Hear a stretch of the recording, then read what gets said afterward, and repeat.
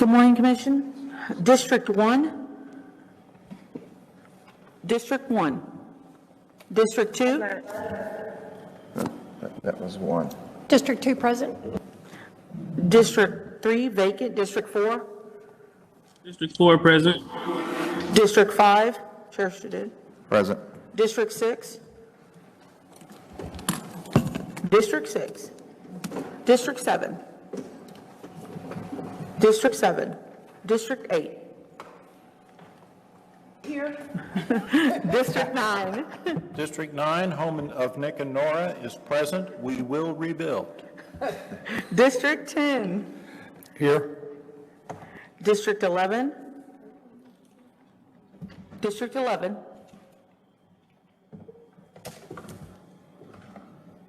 Commissioner Stanner, we can't hear you. I'm District 13. Oh, I'm sorry. District 11, District 12, District 13, District 14, and place 15. Vice Chair Rubin. I'm here. We have a quorum, sir. Thank you very much, Ms. Pacino. In fact, we do have a quorum. Welcome. Today is February 17th, 2022. It is exactly 9:44 a.m. Welcome back, Commissioners. We do have a quorum here at the Horseshoe. Before we get started, I would like to start off with acknowledging Commissioner Housewright. Welcome back, sir. Very happy to have you back on board. Very happy to know that the learning curve for you, in fact, you wrote part of the learning curve, so it is 0 for you, and very happy to have you back, Commissioner. Thank you, Mr. Chair. I'm delighted to be here. Look forward to serving with old friends. I look forward to making new friends. Mr. Chair, I just wanted to take a moment and thank Commissioner Rubin for all he did for District 10 in my absence. I think he carried quite a load while I was on sabbatical, so I want to thank him for that and express my gratitude, and look forward to doing whatever I can to make up for that. Thank you, Commissioner Housewright. And in fact, Vice Chair Rubin did such a good job that all the empty districts now are going right to him. Yeah, so he's got his, we're losing his email as we speak, so we appreciate the great work you do, Commissioner. Commissioners, we're going to begin with the mixed income housing briefing, and just a quick note for those folks that I know are tuning in and have signed up to speak, and there may be some folks coming down to speak at the hearing for this portion. We're going to move it at the hearing. In fact, it will not be at the end of the docket. We have some moving pieces here that we'd like to get some folks, make sure that we hear from them. So we're going to move the mixed income housing public input piece to right before the zoning consent agenda. So we will go through the subdivision docket consent agenda items, then the miscellaneous, and then we'll take up the mixed income public input before we get to the zoning cases. So a quick heads up for you folks that are interested in that, it will not come in the end. And with that, I see that Ms. Thompson is online and ready to go, and good morning to you.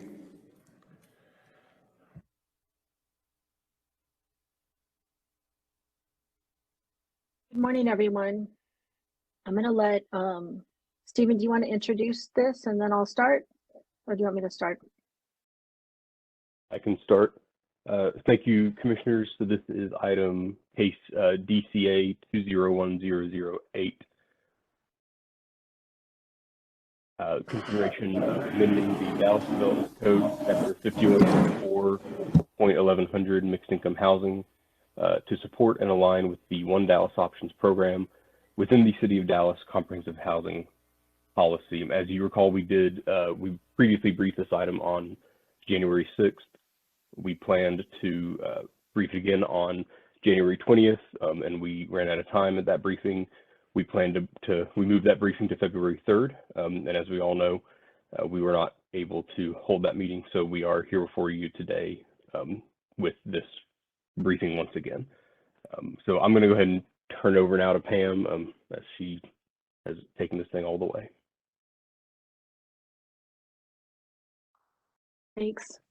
So we can go to the next slide. So just a little bit of background. Everyone has seen this already, but just as a reminder, we are proposing 3 new categories of development. 2 of these we've had already, and then this type 3 is the third. So the first type is type 1. These are the existing by right bonuses in the MF and the MU districts. Type 2 are what we called originally existing PDs, but it's really specific bonuses in PDs. So it's where every single thing in the PD is specifically spelled out. And then type 3 is a menu of options in new and amended PDs. And so in this type 3 development, it borrows a little bit from the by right bonuses in that you have a base that's laid out in the PD, and then pending CPC and council approval, the type 3 would then point to a menu of options in chapter 51A 4.1100 that would then allow some flexibility in how those bonuses are achieved. And we'll talk about that as we move forward. Then the other big thing that this proposal provides is additional pathways for compliance. So we already have right now on-site provision of reserved dwelling units, and we are proposing that we add a fee in lieu of on-site provision and that we add an ability to do land dedication. We have in the past talked about off-site provision, but that adds a layer of complexity and a concern about equity that we were a little bit loath to move forward with. And so our current proposal is just these 3 pathways for compliance: on-site, fee in lieu, and then land dedication. And that land dedication would be subject to specific city council approval and criteria that will be built into 20A and also built into the comprehensive housing policy to ensure that this land that we get, if we accept it, that council is willing to accept it and that it meets minimum criteria and is usable for us. So you can move on to the next slide. So I know it was 6 weeks ago, so it was a while back, but we had some concerns that were talked about in the January 6th CPC briefing. A concern that 5% of the reserved units may actually be too low. A concern about legacy buildings, that is existing buildings that are on site that could be adaptively reused or could be added onto if only there was some flexibility in the design requirements. And then parking reductions, and then a minimum amount of residential use included in the mixed use projects, some questions about land dedication, and then some questions about how CPC in the city can be supportive for voucher holders. So if you'll go on to the next slide, we'll start working through that. So the first one is this percent of reserved units, and the concern was that 5% minimum of total units required to be reserved was potentially too low as a threshold. So we talked to our consultants and we asked them, hey, can you try 10%? You know, what would that do to your model pro formas? And they really expressed some concern. It's important to realize that this is an incentive program at the end of the day. And so if we require too much affordable housing, too many reserved units, then people won't use the bonus and they'll go back to just producing market rate and the bonus won't be worth anything. So the consultants worked and did a bazillion different pro formas, and they recommended to us, and staff agrees, that we break this into tier 1, 2, and 3, which we had already, a minimum of 3% if the reserved units are under 50% of AMFI. And that really does mean under 50%. So 0 income up to 50% is what would be required, 3% of the units. And then tier 2 is 51 to 80% of AMFI. That would be a minimum of 5. And then 81 to 100 would be available, but that would be a minimum of 10%. This additional level of affordability necessitates some higher bonuses. And so that's part of the discussion about parking, and we boosted the bonuses a little bit, and we'll get to that in the next few slides.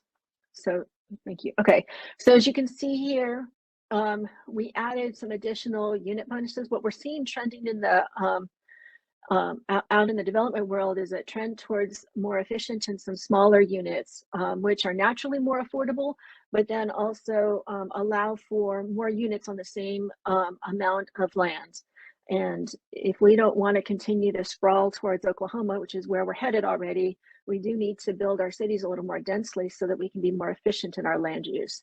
And so our recommendation is to boost this unit bonus up just a little bit from where it was previously. And then the rest of the,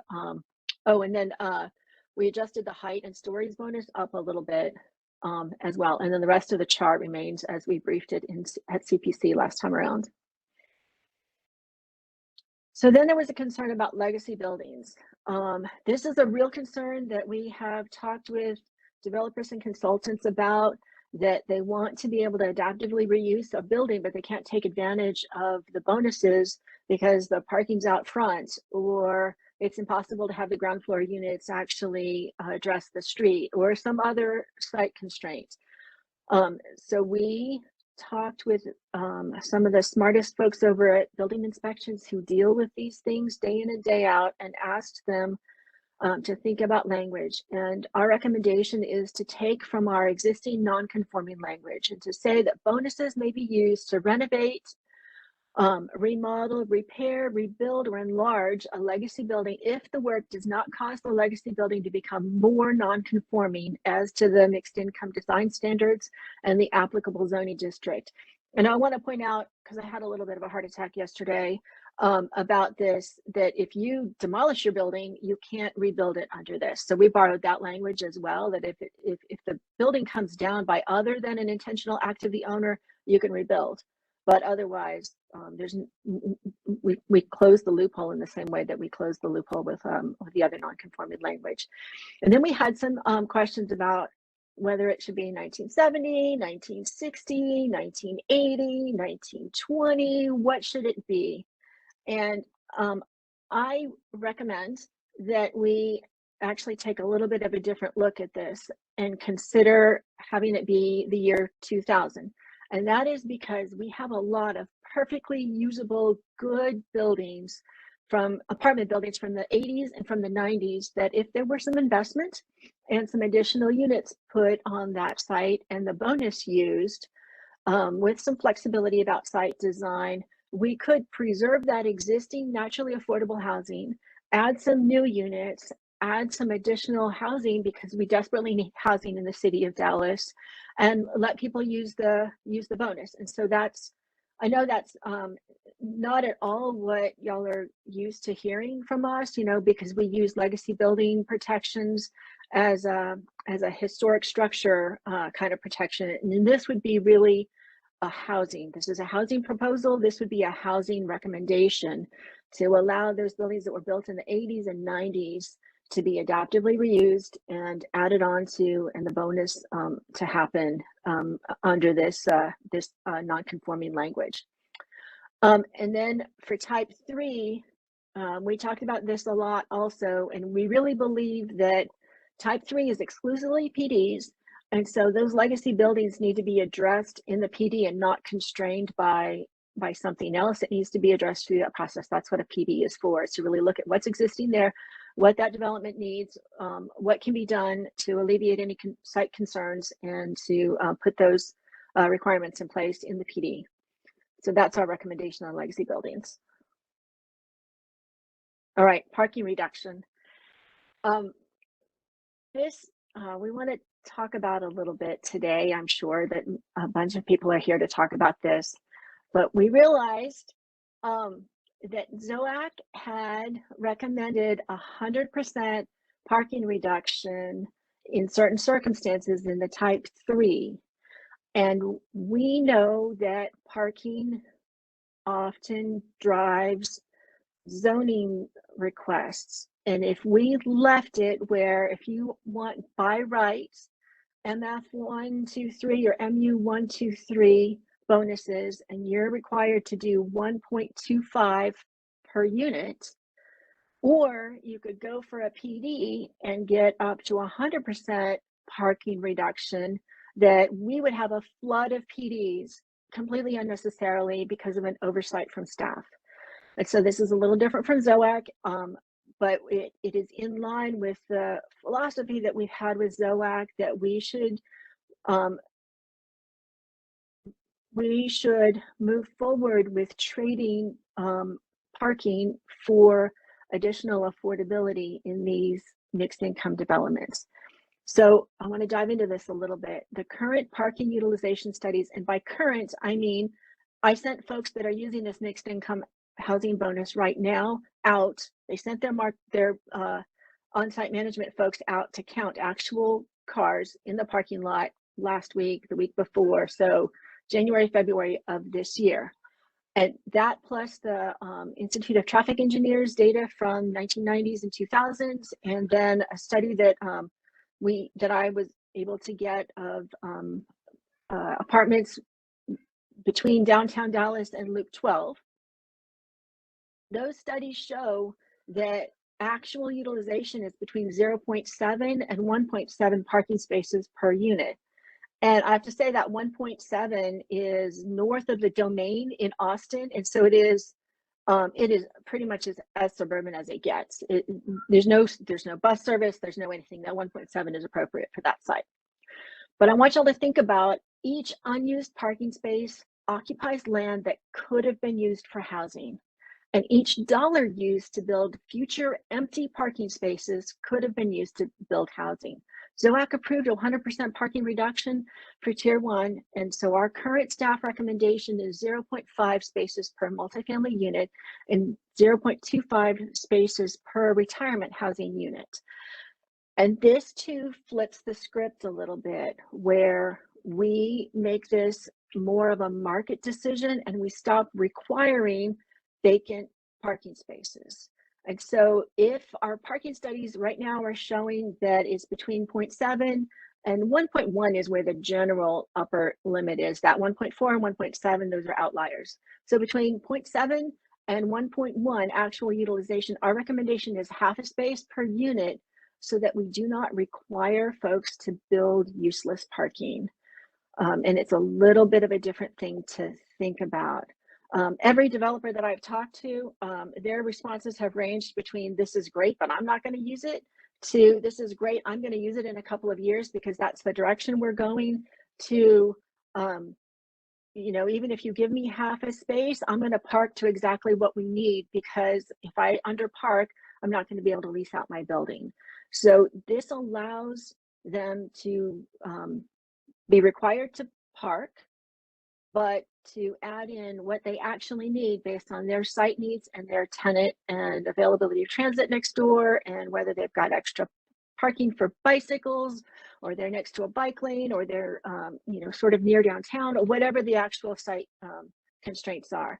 So it's a little different from what we've been doing so far, but the idea is that we recommend not requiring future empty parking spaces, bottom line, instead of housing in this housing proposal. So I think I've beaten that down, so I'm going to move to the next space. So this is what I've talked about already. The developers use these utilization studies to determine the actual parking demand for their projects. They use market studies for setting rents. They do questionnaires for, how much would you pay extra if you had granite countertops instead of Formica. They do all these studies. And likewise, they use utilization studies and traffic studies to figure out how much parking they're going to need. And I talked about this second one already, so we can go on. So here's the data that I compiled already. The ITE from the 90s and 2000s had 0.2 in a downtown core. So think, multifamily right next to the Akron DART station. Very little parking is actually needed. To 1.3 in the suburban spots. This KHA study that I referenced from 2011 had between 0.8 and 1.4. So those sites were, the Village, they were off of Knox, a few other places in that uptown Oak Lawn, Knox district up to the Village, south of Loop 12. And then the one that I want you to think about here is this mixed income developer who, the first one, 0.9 to 1.1. So he was very willing. He sent his folks out to go count cars, and he didn't believe them. So he made them audit everything again and made them go out and count again a little bit later in the evening. And it still came back the same, that he has in one of his developments, it's a pretty big development, but still, he has 389 completely unused, useless parking spaces. And the kicker is that this development came through with public money. So we have put public money into a complete waste of cement, concrete, parking, impermeable surface, parking spaces. So we, so from a fiscal responsibility standpoint and from a land use standpoint, our recommendation is to stop doing this. Stop requiring our developers to create vacant, empty parking spaces, and instead allow them to use that land for that money for housing. So the next one. So here are quotes that I got from the folks that I talked to, and then one quote that I pulled from online. The one on the very lower left is from David Cunningham, who has he works for Granite Properties, and he did a parking study in their developments up in North Plano and Frisco. And his pull-out quote from this link is, "If I accomplish one thing in my career, I hope it's that we quit wasting money on parking spots." So then one of my more not politically conservative, but risk-averse conservative developers said that this is a welcome change. He says over time, he expects that parking needs will decrease. They currently are doing 1.2 per unit. That's as low as they would go, but that doesn't mean in the future that they won't get down to a need as low as that 0.5. And then up in the upper right, this one is what I heard over and over again, is that any property that we build that's underparked is not going to lease. There are always a couple of pull-out examples, but those examples become war stories that people learn from. They're over and over again, I heard this. And then the upper right, I'm sorry, the upper left is the one I told you already, where he sent his folks out again to go count again, and found that, yeah, almost 400 completely useless parking spaces in his development. Next slide. So then here's another example. What I heard from folks was that, oh my goodness, people are going to park on the street. And parking on the street indicates that there's not enough parking available. And so we need to require developers to build more parking. Well, if you look at this a little more carefully, all of those yellow boxes above the street. So the street is the very bottom of this picture. All of those yellow boxes above it are on-site parking. So 3 parking garages, the upper floor of which is almost entirely vacant, and a bunch of surface parking also, which is half vacant, and then cars on the street. And so anecdotally, we might feel that if there are cars on the street, that's because there's not enough parking. But over and over again, we can see that people park where it's convenient for them, regardless of how much parking is available on site. So we can move on to the next one. So here's the crux of the matter. We need to remember that this is a housing proposal, that we are trying to work towards additional and new housing in the city of Dallas. And each required but excess parking space removes land that could have been used for housing. The recent equity audit of the comprehensive housing policy calls for a whole city strategy, including increasing subsidies and other methods to induce private developers to create more mixed income housing, and reduce parking regulations are a low cost way to subsidize mixed income housing that preserves the One Dallas Fund for better uses. So next slide. So for example, money I know is not a land use issue, but I still, because we're doing a fee in lieu, that fee in lieu is going to go to the One Dallas Fund, and the One Dallas Fund will then be used to support housing. I want you to keep in mind a little bit of math, and that is parking costs between $10,000 and $30,000 per space, depending on whether it's surface parking or above ground or underground. Mortgage down payment assistance that we're doing right now is $60,000 per family in the high opportunity areas. And we're experiencing a need to do a little bit more than that from local funds, but we don't have local funds yet. We will with the One Dallas Fund. So if a developer applies for support from the One Dallas Fund and the city requires excess parking and he's got a gap, that money will then actually be spent on unused parking when instead it could have gone into the fund and then back out into our mortgage assistance program or to infrastructure in the south, or to increase affordability in the north, or any one of a bunch of much more useful ways to use that money. Next slide.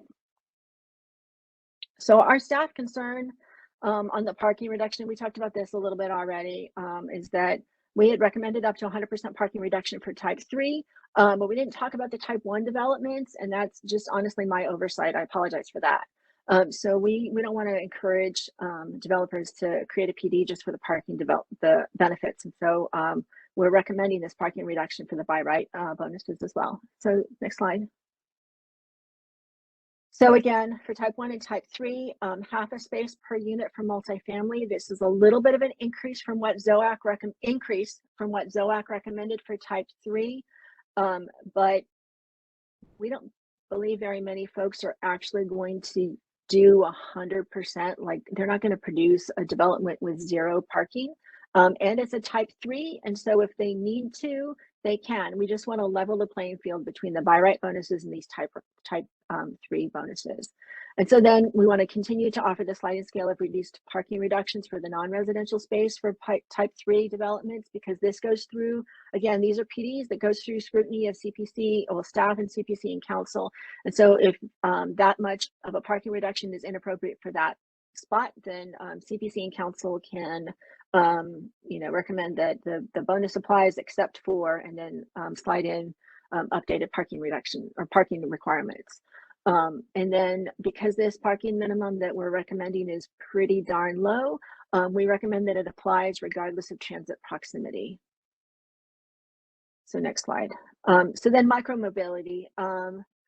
We agree that we need to contemplate micromobility, but we need to have that discussion as part of the broader parking reform discussion, including the requirements and standards for all developments, not just the mixed income. So our recommendation is that we set that aside for now, and we let that go through the parking and transportation process, instead of having this be part of the mixed income discussion at this moment. Now, that said, PDs are PDs, and so individual PDs can be negotiated to add micromobility, additional bike parking, electric vehicle, whatever's needed in that particular site. So setting it aside for now as part of the broader policy discussion doesn't stop us from doing that in individual PDs in the future.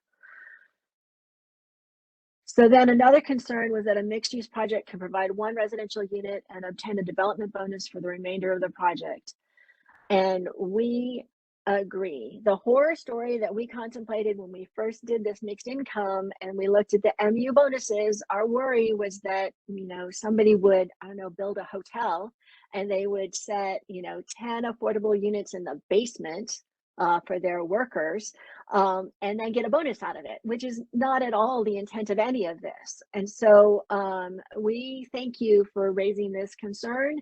And we propose that a type 3 development must have a minimum of 70% of floor area devoted to residential uses in order to access the One Dallas options development bonus. And again, type 3 is a PD. And so if that particular spot, that's not a good idea for that spot, then CPC can recommend and council can approve something other than that. But we want to set the floor at 70% of the floor area devoted to residential uses, so that this bonus is used targeted for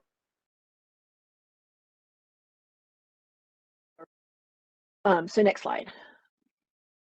So then land dedication. So the concern is that land dedication is going to result in undesirable or undevelopable land being in city ownership, and if land's dedicated, it would be in a different area of the city or lower MVA. So we are going to recommend to council minimum requirements that can include these fair housing, equity, environmental, and developability review concerns. And then I can tell you from personal experience, it's actually really, really, really hard for the city to acquire property because we have a ton of environmental requirements and we have a bunch of other stuff just in our normal acquisition process. And so I'm not sure that this is going to be used by a lot of folks, but if it is, there's going to be some minimum requirements, and then it'll go to council, and council will decide whether or not accepting this piece of property is a good idea.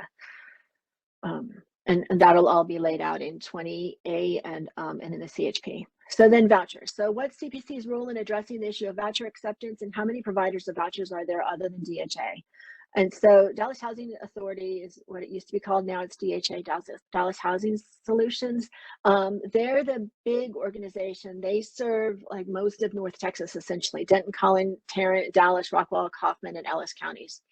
North Texas is also home to more than a dozen voucher providers, such as Garland and McKinney and Grand Prairie and a bunch of other cities around the area. And CPC can help to support voucher users by continuing to recommend approval of mixed income communities, including the use of vouchers.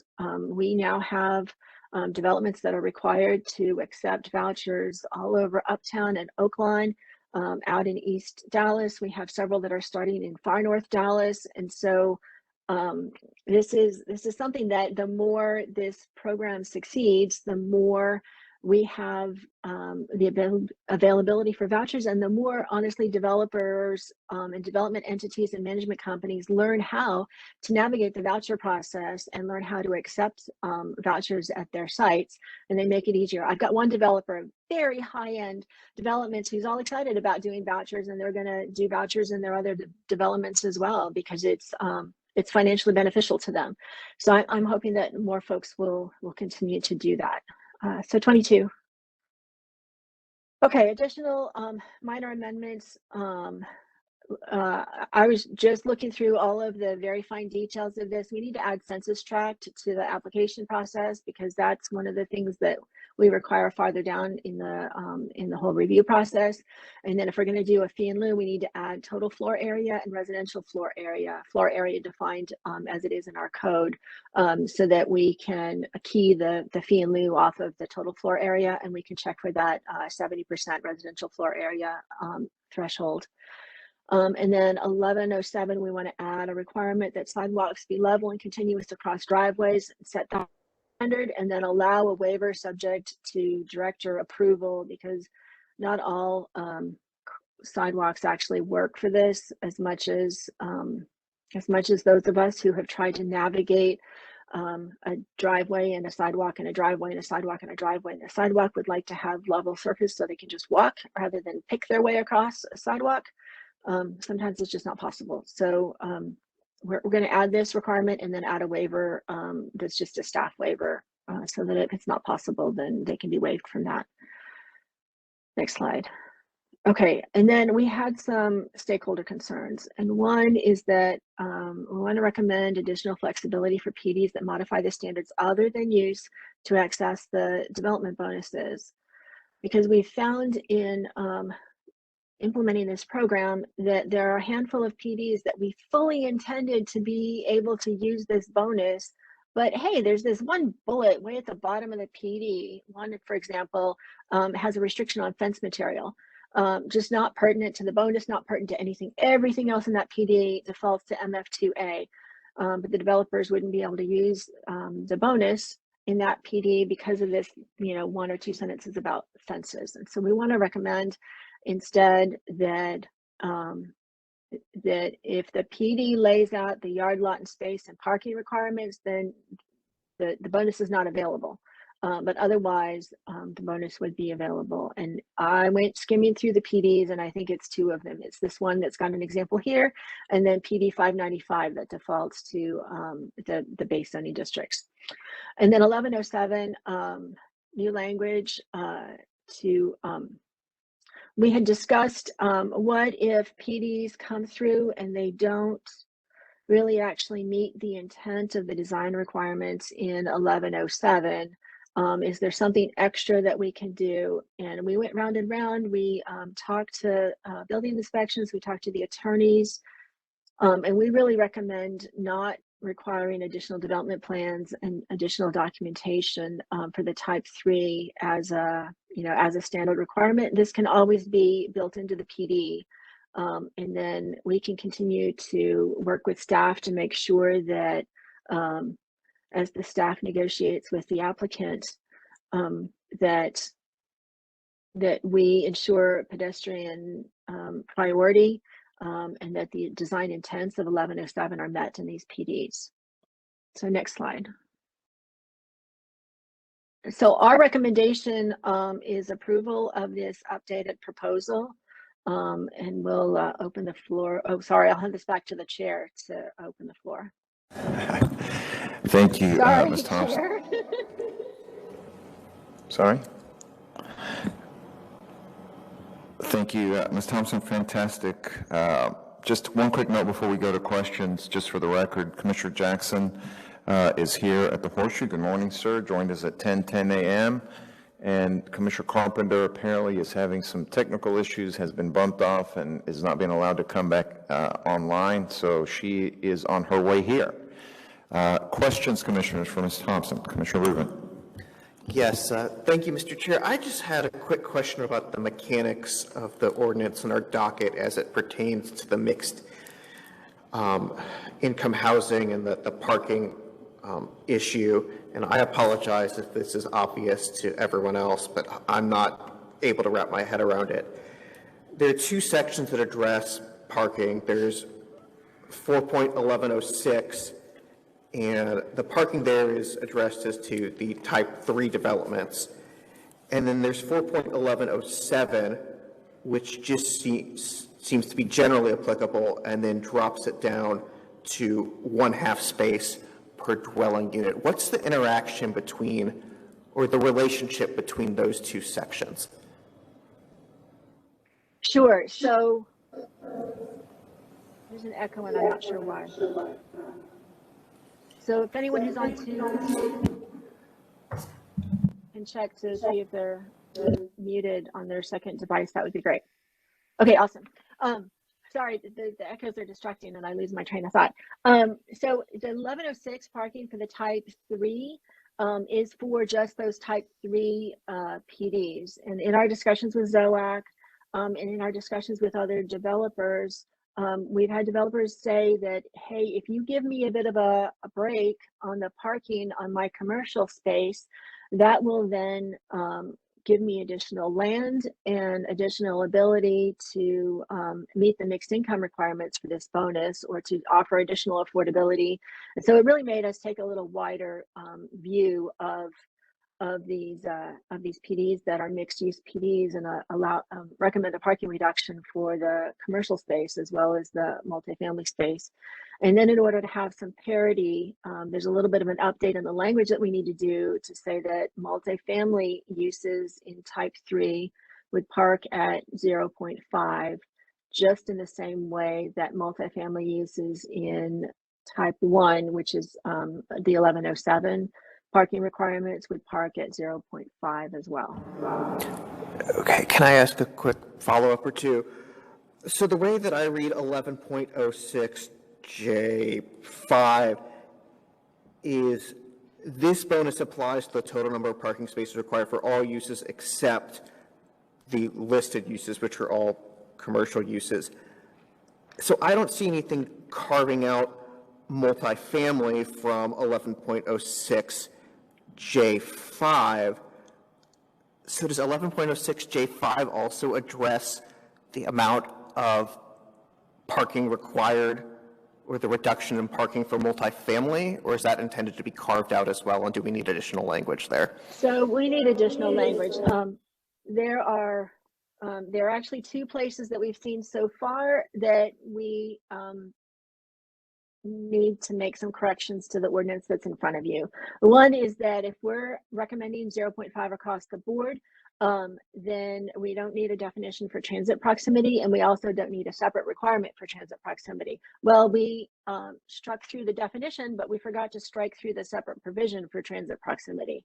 So that needs to be fixed. And then this, as you mentioned here in the 1106J, we need to add that half unit for multifamily uses, and then the reduction per the chart for the other uses except for those that have been accepted. Okay, that really clears things up, so thank you for your clarification there. Thank you. Any other questions, commissioners? Commissioner Stanton. Yes, hi Pam, that was a great presentation, thank you. And I don't know if this is an appropriate question, but do you think the reduction in the required amount of parking on MU2, let's say, how is that going to impact, in your understanding, developers doing underground parking? Because right now that's obviously a much bigger expense to developers, but in today's world, it's much nicer to have underground parking as opposed to, you know, floors of screen parking. So do you think it'll have any impact on that?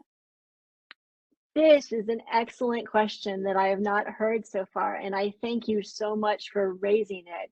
Yes, if you have X amount of money to build parking, and we only require you to build not extra parking that's not going to be used ever, but only what you actually need, that makes it far more financially viable for you to put that parking underground rather than having to do half underground and half structured, or partially underground, partially structured, and then, you know, scattered across the surface. So, what I've just been sent, I've just been passed an electronic note that an underground space is between $40,000 and $60,000 to build. So to your point, yes, we could potentially negotiate additional underground, or from the by right, have additional underground parking, because we're not requiring 2 levels of completely unused parking in this development, for example. Okay, thank you. I just wanted to know that y'all were thinking about that. This was such an excellent presentation again. Bye. Thank you, Commissioner. Commissioner Young. Yes, I have to confess that I apparently have been on the wrong track about this ordinance since it was first in the docket. Do I understand correctly that Section 1106, and particularly 1106J, will apply to Type 3 developments, but Section 1107 will apply to Type 1, 2, and 3 developments? Yes, that's correct. Okay. What got me on the wrong track was page 4 of the docket, which says, in the multifamily and mixed-use base zoning districts, that's Type 1, and in existing planned development districts, that's Type 2, the existing regulatory bonuses, if any, remain largely unchanged. Do you stand by that statement? They do remain largely. You don't regard Echo the, again. you don't Except regard for- the, I'm except sorry, for go ahead. parking. I'm sorry, there's a huge echo. So they do remain largely unchanged. We're not redoing the mixed income. We're simply adding on to it. But to your point, in response to developers worried that 1.25 is over parking, and in response to the utilization studies we've seen so Sorry to far. interrupt, ma'am. I'm sorry. Can someone at City Hall please mute their microphone? Thank you. Thank y'all. So it does remain largely unchanged because it is this one piece here that is a parking reduction to stop requiring vacant parking spaces in these mixed income developments. But you would agree with me, would you not, that the existing regulatory bonuses for parking in Type 1 and 2 developments are going to be substantially changed under your recommendation? Yes, you're correct. The Okay. parking bonus is substantially changing. Okay. My other question, you referred to stakeholder concerns. Who do you regard as the stakeholders on this ordinance?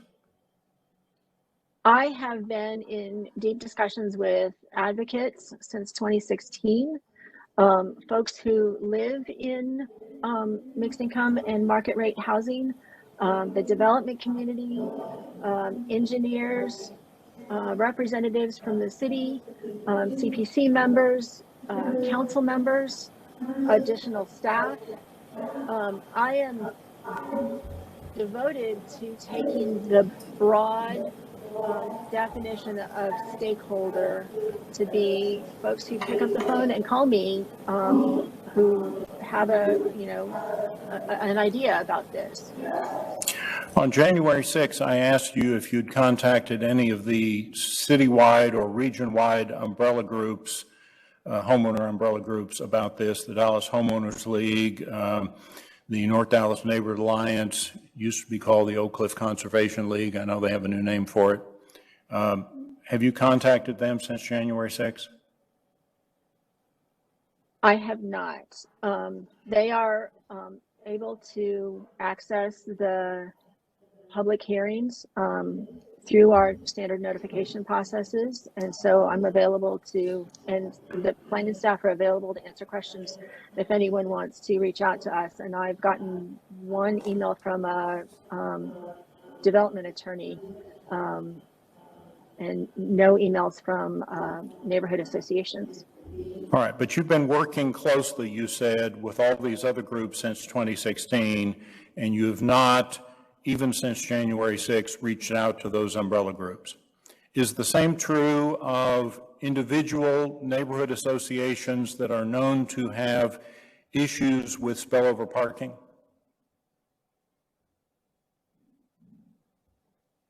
I have not reached out to neighborhood groups. Thank you. Commissioner Hampton. Thank you, Mr. Chair.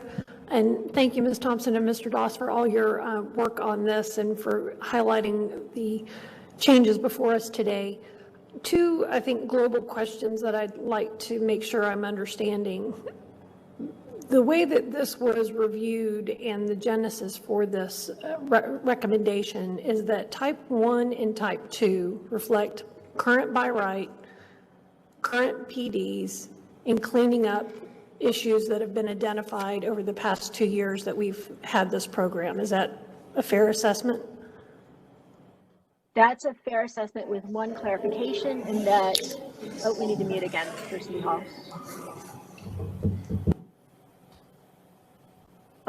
With one clarification in that that type 2 could be a future PD if all of the requirements in that PD are actually written in the PD the same way that we do now. We had, let me just add on to that. We had originally called them quote unquote existing PDs, but we've since clarified to be PDs with specific requirements. Okay, and so part of that was also allowing those two types, new types that we're creating, to participate in the future One Dallas Fund. Yes, that's correct. Okay. The existing regulations stay as they are, with the exception of parking duly noted. And then we add on this ability, if there's a reference to Chapter 51A 4.1100, that would then open up the ability to access the fee in lieu and the land dedication. Okay, and then as this was being reviewed and considered at ZOAC, type 3 at that time were the new PDs, essentially additional bonuses, trying to provide additional flexibility, taking everything that you all have learned as this project has been rolled out to try to help further incentivize mixed income housing in our various areas of the city. Yes, the idea was that within these new PDs, there would be a menu of options so that there would be additional flexibility in response to the rapidly changing marketplace out there, where the price of steel, for example, could radically change from one day to another, to add that additional flexibility in order to encourage additional housing. Because we need to remember that this is a housing proposal. This is in response to our desperate need for housing across the board, across the city. Agreed, and I think that came out of a lot of the discussion. Was there also discussion about other items that might need to be considered in the program that help support the city's policy goals, whether it was from looking at home ownership or other things that might be part of a future phase? Yes, we have been maintaining a list of additional aspects to roll out in this. We on staff see a deep need for being able to incentivize home ownership, both from a regulatory bonus standpoint and from a financial standpoint with this. We see a need for encouraging micromobility, for encouraging transit access, all of these things. But we would really recommend moving forward with the proposal as it is right now, and then backing up and beginning at the beginning for the for sale product, and beginning at the beginning, you didn't ask about this, but beginning at the beginning for doing a fee in lieu for commercial property, because we need to start that with the research, what other cities are doing, and actually follow the process on that rather than just kind of adding it in to this existing proposal. Agreed, and I know there's other considerations from whether or not we add green building considerations, and I think there's a lot of things that were discussed as potential future phases. Following up on the questions from Commissioner Rubin and Commissioner Young on the parking, the way that ZOAC considered the, what I'm going to call type 1 and type 2, so the 1107 parking, was maintaining the base bonus that is in the existing program, and recognizing that there are other parking discussions going on, so it included language that referred to a future amendment. Is that correct? That's correct. That's the original language that we had, was a minor change that said 1.25, or, you know, if the language is amended, that language. And so I guess I'm trying to understand how the bonus structure that is proposed in type 3 will now relate to this additional reduction that is being proposed. So if, you know, as it's written, a multifamily goes from 1.25 to 0.5, does that then mean, for instance, if I was doing a tier 3 development in an MVA A through F, it's a 20% reduction on the 0.5? No, this is the issue with when we fail to add in language to the ordinance that's in front of you that we talked about and didn't actually type out for you. And so I'm really sorry for that. So let me clarify again. So our recommendation is that in the type 1, we move to 0.5. And then also in the type 3 for multifamily uses, we move to 0.5. And then for the other uses, except for the small list of uses that aren't able to access this reduction, that you can look at the chart of parking reductions. So 0.5 for so type 3, 0.5 for multifamily, no parking reduction for restaurants and bars, and then the menu of parking reductions for the other uses. I think that would be very helpful, because I don't think that any of us captured that from the language that is before us today. So no, because I didn't have it in there. I'm sorry. No, and I guess I'm just highlighting, we're probably going to have some additional questions as we try to really evaluate that approach. I'm going to switch topics completely on you now and ask you about legacy buildings. So I think it's a really creative way to think about how we use all of our existing housing stock to bring forward the potential date of what might be considered a legacy building. However, I'm not clear by just using the date how that would be evaluated for essentially a new project. Is there any requirement on maintaining, and again, I think this is maybe balancing what we've traditionally used as a legacy building that tries to preserve the character and the fabric of an area. And so there were usually requirements on maintaining facade or maintaining a minimum square footage while allowing for expansion, which is, I think, what we were trying to include with the access to the bonuses. So if I had a 50-year-old building that was in an existing MF2, I could maintain the building, I could access the bonuses based on the chart that we have on our by right development. I'm not quite clear how those two are going to knit together as it's written. Is that something that staff was able to evaluate? So the focus of this, oh, you need to mute again. Yep. So if we can Sorry. have, yeah, thank you, sorry. um, Communication in the age of COVID. Thank you for that. So our focus really was on additional housing production and protecting those much worked out design requirements in 1107 that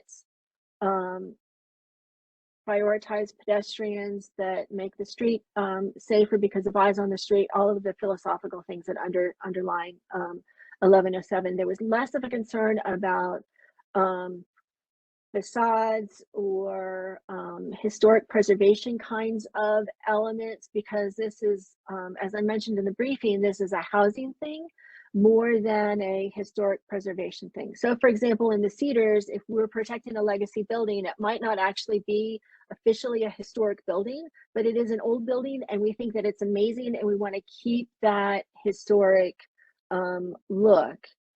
And so that would be why there's facade and all of that other stuff in the legacy part. So we did not actually consider or think about the historic aspect of those existing buildings, and wanted instead to focus on how the site was designed, and also making it possible to create additional housing. Understood it. I guess the question would be, there might be other appropriate conditions beyond simply a date that would respond to both providing housing, working with the excellent design standards that we have, connection to the street, open space, all the other things that create quality of life, but also recognize if the goal is to put our existing housing stock into use and grow it, that there's a balance there. I'll yield to my other commissioners. I may have a couple of follow-ups. Thank you so much. Commissioner Kingston, please. Thank you.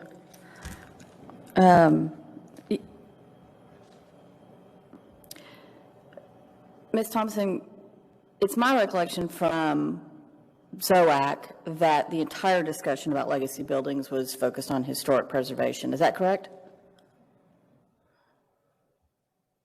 That's not my recollection, but I've had surgery since ZOAC, so I'm not a good witness for that.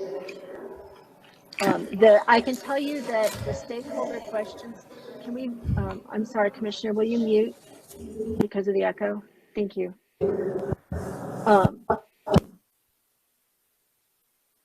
Okay, so I can tell you that the stakeholder questions that began this discussion of legacy buildings that I then brought forward was entirely based on existing adaptive reuse projects and being able to use the bonus to have an efficient use of the existing building, but that you couldn't move the building closer to the street. And so some of the design requirements were completely impossible.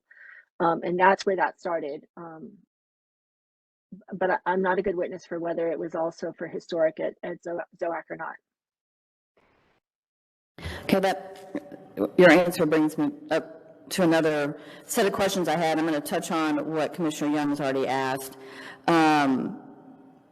You mentioned an email from a development attorney that you received. Who is that? That one was actually forwarded from you. Are you talking about Mr. Northrup? So Mr. Northrup, and maybe I mischaracterized him, and if so, I apologize. And yesterday evening, I asked you and Mr. Doss for the backup data for the statements on page 8 of your presentation that begins with recent utilization studies. And I asked for those studies, including the backup data for the statements made in that paragraph, where you conclude that these provisions prioritize the provision of housing over potential excess parking. And I wanted to understand, you know, where you were getting at, and you sent me a spreadsheet. Do you actually have the backup data that supports the spreadsheet you sent me? I do actually. I have the original. I compiled it for you so it would be all in one sheet. But yes, I have the original documents that were sent to me from the developers.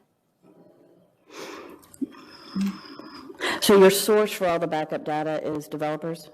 No, it's the ITE that was cited in the presentation, and KHA, which was also cited in the presentation, and then 3 sets of developers that are using this bonus. And for everyone listening, what do those initials stand for? You know, I don't know the answer to that question.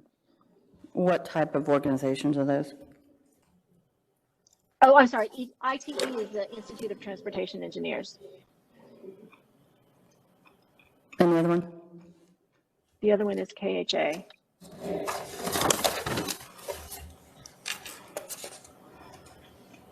And is it an accurate statement that in a PD, the Plan Commission and City Council is free to disregard any of the requirements set out in this proposed housing ordinance and proceed with whatever design standards and housing standards that they want to?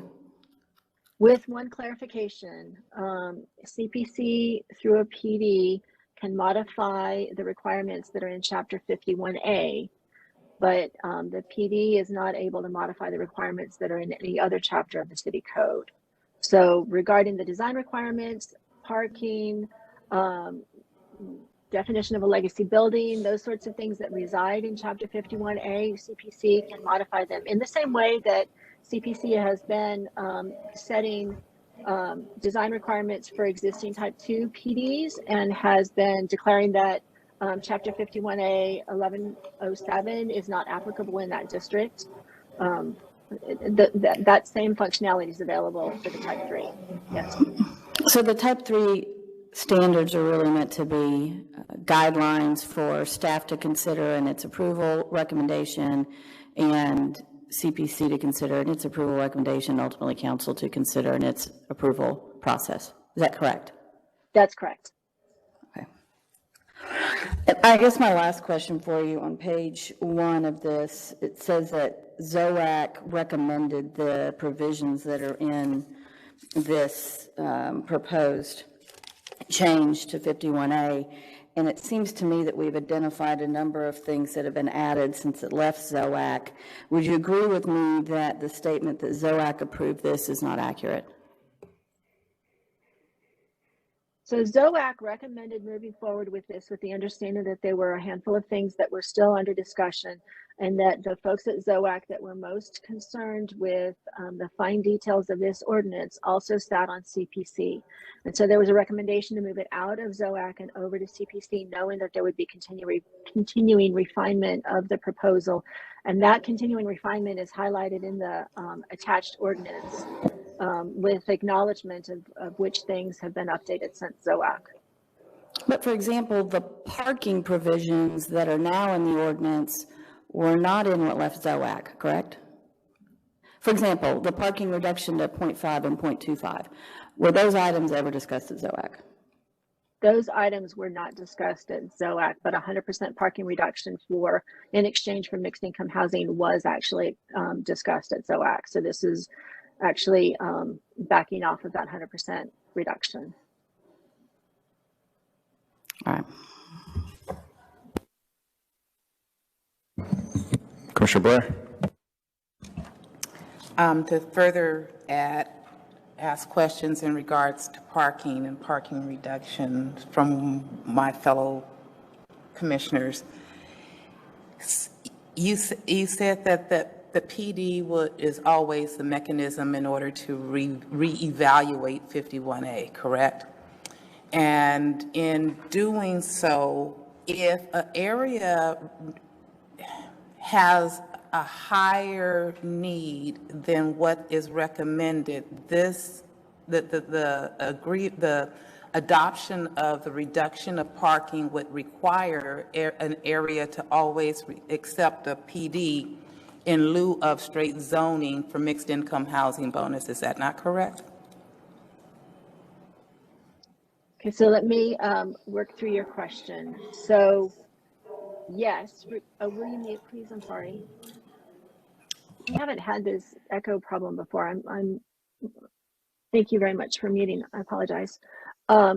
Yes, a PD, for example, could, as it does now, could say, sure, use all of these $1 bonuses, but you need actually to park at 2 per unit or 1 per bedroom, just like regular 51A or whatever else the site requires.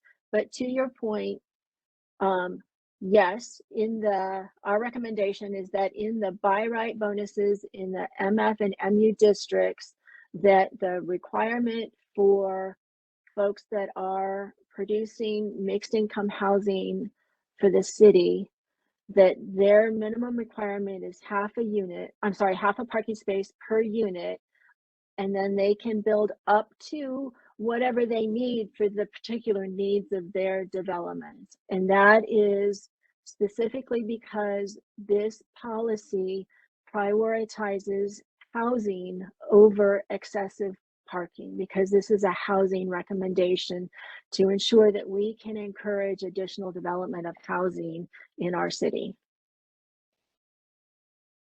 Can I continue?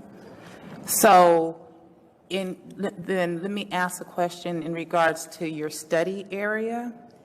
If I heard correctly, you stated that the study area was from downtown down to Loop 12, moving south. Is that correct? Stephen, will you put that table back up on the presentation? So while he's pulling that up, we drew from the ITE study, which is across North America and Canada. We drew from this KHA study, which is between downtown and Loop 12. And then I reached out to developers who have been doing this work already and asked them to send me information on their properties in Texas, in cities. And so the 2 mixed income development lines there, those are Dallas and Fort Worth from one developer, and the other one is really all across the state. So in a suburb of Killeen, which actually exists apparently. Killeen has suburbs. Abilene, Austin, Dallas, all over the state, essentially.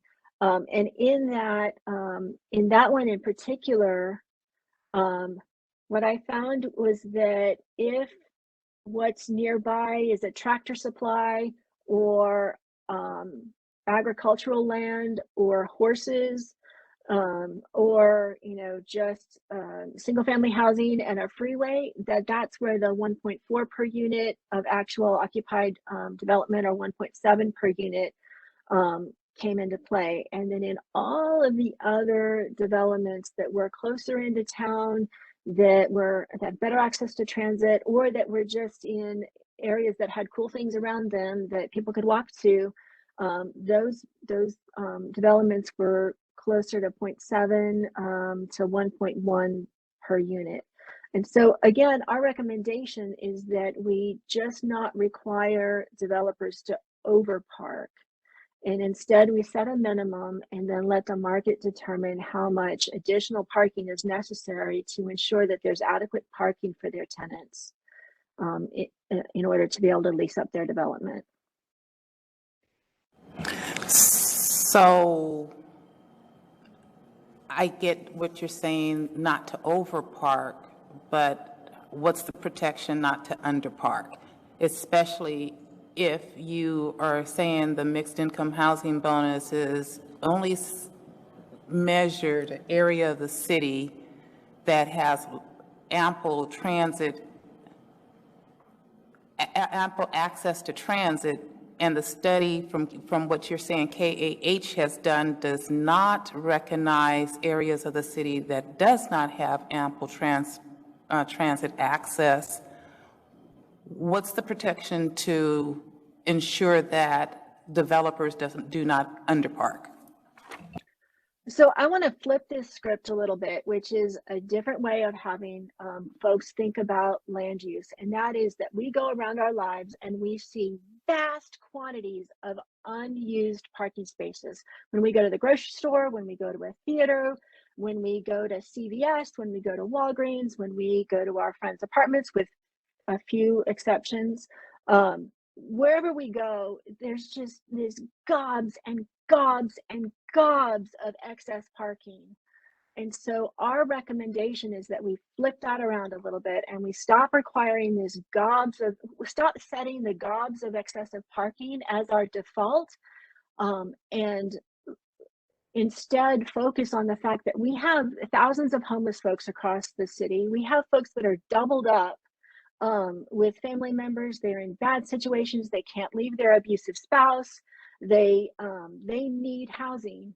And if we as CPC and council and staff decide that we want to require excess parking instead of housing, we are telling these folks that we value excess parking, vacant parking, the small chance that there might be some spillover, more than we value housing the residents of our city.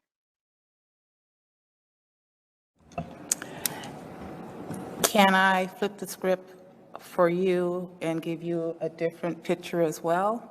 When you go to an area of the city where people will not go shopping because the parking lots are full, the parking lots are full, there is no transit accessible, and people are parking on the street because there is not enough parking, and there's towing for visitors because visitors can't find places to park. What is a good use of land when it comes down to parking regulations and equity in parking and in housing?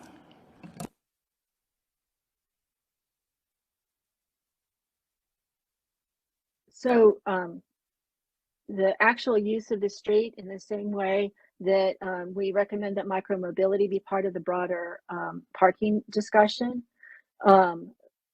curb management, transit, bike lanes, parking management districts, all of that is part of the broader parking discussion. So citywide, we'll need to have, bring that in. And so to your point of, what about all these places that have so many people there that you're not going to go? Like, they're successful because there are a bunch of people there. And so, if we don't really want to go to a place because we can't park within 10 feet of the front door, then we have thousands of other places that we can go in the city. But what we don't have is enough housing. And I am sorry to be a little bit emotional about this, but as we think around deciding whether we value vacant parking spaces more than housing, people are literally homeless and living underneath our bridges, waiting for us to figure this out. This is my last question. Parking in the study was limited in where your KAH documentation has pulling information from.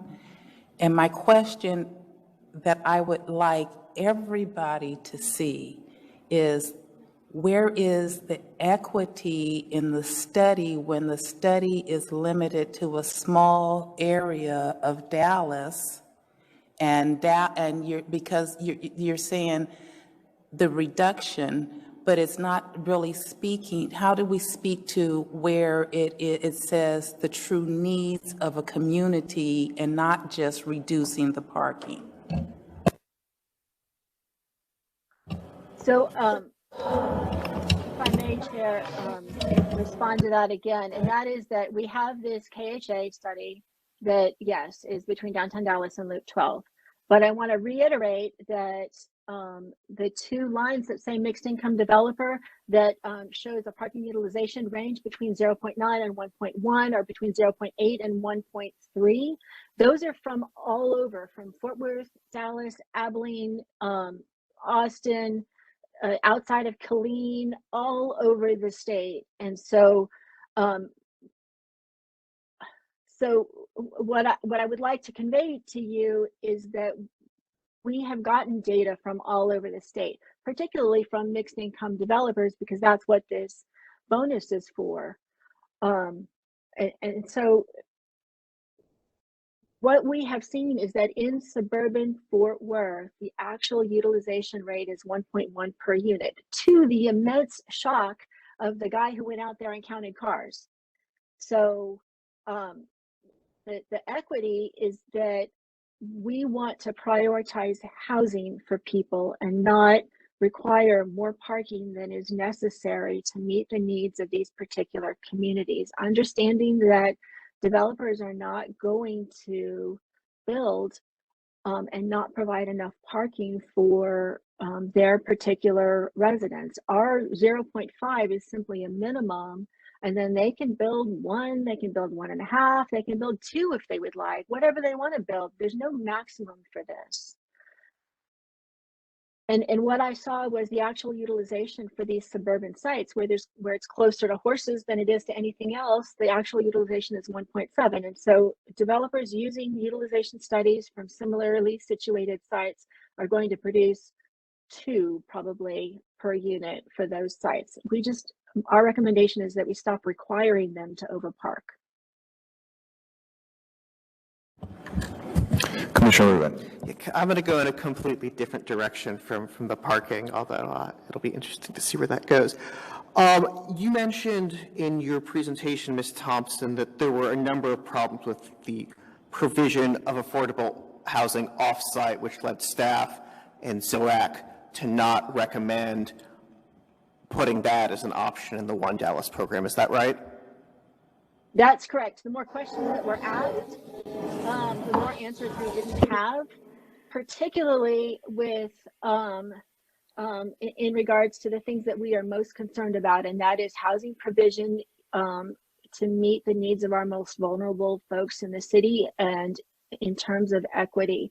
And we just couldn't get to where we could say with a straight face that if we said offsite is cool, that we could create a program that would then make that work here. That's not to say that we couldn't create that program in the future. It's just at this point, there were too many unresolved questions, and we recommended doing a fee in lieu so that if you didn't want to do on-site, you could pay a fee, and then that money would go into the One Dallas Fund, and it would go out to our very highly functioning development crew who is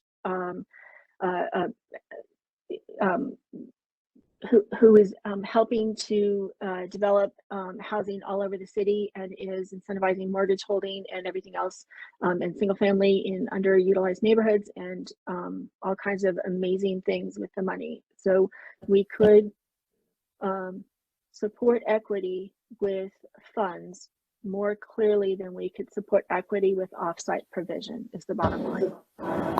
Great. And a follow-up to that, did those same concerns about the offsite provision of affordable housing not also apply to the land dedication option?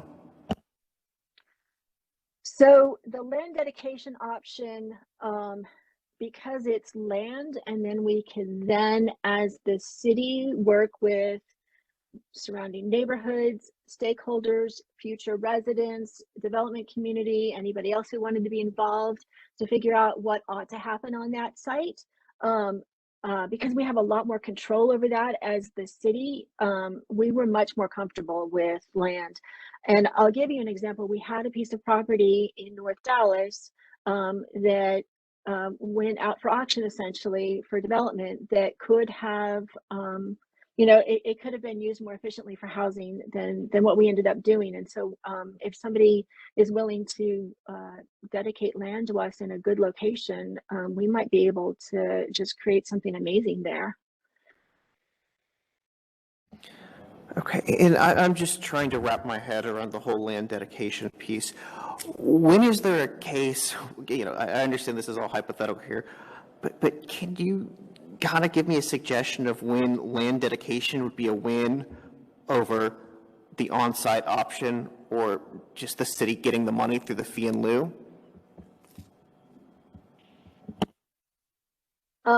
Those of you who have talked with me for a long time know that I'm very much a cards on the table, transparent, what you see is what you get person. And honestly, Commissioner Rubin, I struggle to find an example where land dedication would be more efficient and easier for a developer than just writing a check. But I have been asked from folks above me who have done this in other cities and who have seen this work to include this as an additional option to make this available to developers. And having seen good pieces of property come and then go, I still support this land dedication thing, even though I don't see a high utilization of it. Okay, if you could follow up with I don't know, I need them now, but if you could just follow up with information on where this land dedication option has been utilized and some data on it, that would be great. A couple other questions, just in a completely different direction. Following up on one of Commissioner Hampton's questions about the legacy building use, had staff considered, this doesn't seem like what we've traditionally called a legacy building in other PD ordinances. Has staff considered using another term for this, sort of adaptive reuse that is really more focused on providing housing, since legacy building is a term that is so used already at different purposes? Again, transparency, we struggle for language. If there's a better word out there that's easier to understand and that would be more applicable here, we are happy to take those suggestions. And we will go bring that back to our staff brain trust to see if we want to use a different word for exactly those reasons. It's a good point. Well, I will ponder over that myself. Final question, more of a comment. Just, we have tier 1, 2, 3, type 1, 2, 3. That kind of makes my brain swirl a little bit. So I don't know if there's any way to just make those things a little more distinct, so it's just easier to think through. But that's just a comment, and it could be unique to me getting mixed up over those on occasion.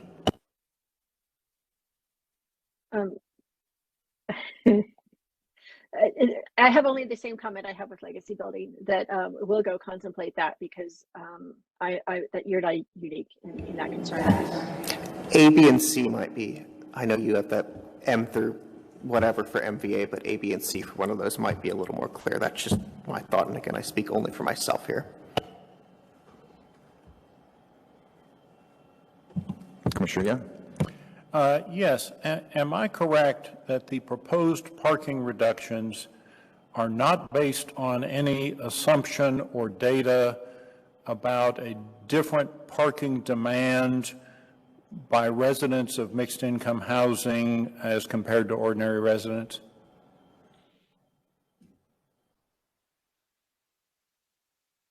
I'm sorry, Commissioner, will you say your question again? Sure. Am I right that the proposed parking reductions are not based on any assumptions or data about the parking demand of mixed income, of people that qualify for the mixed income housing as opposed to the general population? So again, the data that I presented in the presentation is both for market rate developments and for mixed income developments. No, okay, let me try again. Do you have any data, or are you making any assumption that a person who qualifies for mixed income housing produces less parking demand than a member of the general public? Can I answer that, please? please. Pam? Yes, I'm please. sorry, there's someone speaking in the background. Okay, go ahead. So, Commissioner, I'm going to turn this over to Andrea, who has done some research in this, and let her answer your question. Thank you, Pam. There's plenty of data actually that links income levels, race, and households living in census tracts in the city of Dallas and car ownership. The house, and I can share a map if you want, the census tracts, they're mainly South Dallas, have car ownership rates up to 20-30% zero car per household.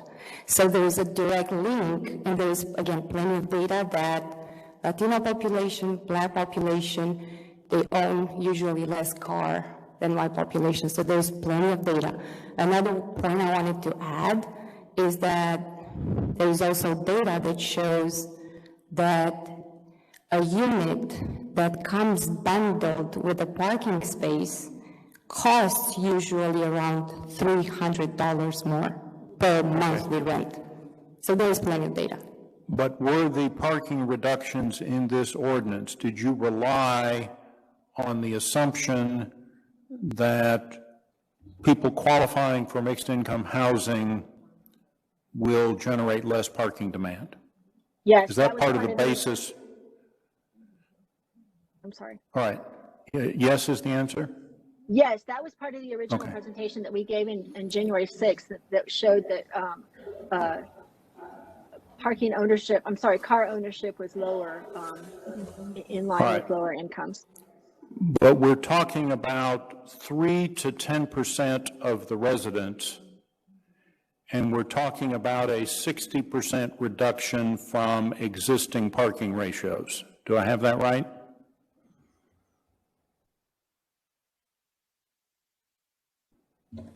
Yes, because the one parking space reduction, if we do only a reduction for only the affordable units and continue to require excess parking in these sites, that that's not enough of a bonus to incentivize mixed income housing. Well, but that's not my point. My point is that the propensity of mixed income housing residents to have fewer cars is not a substantial factor driving the reduction from 1.25 to 0.5.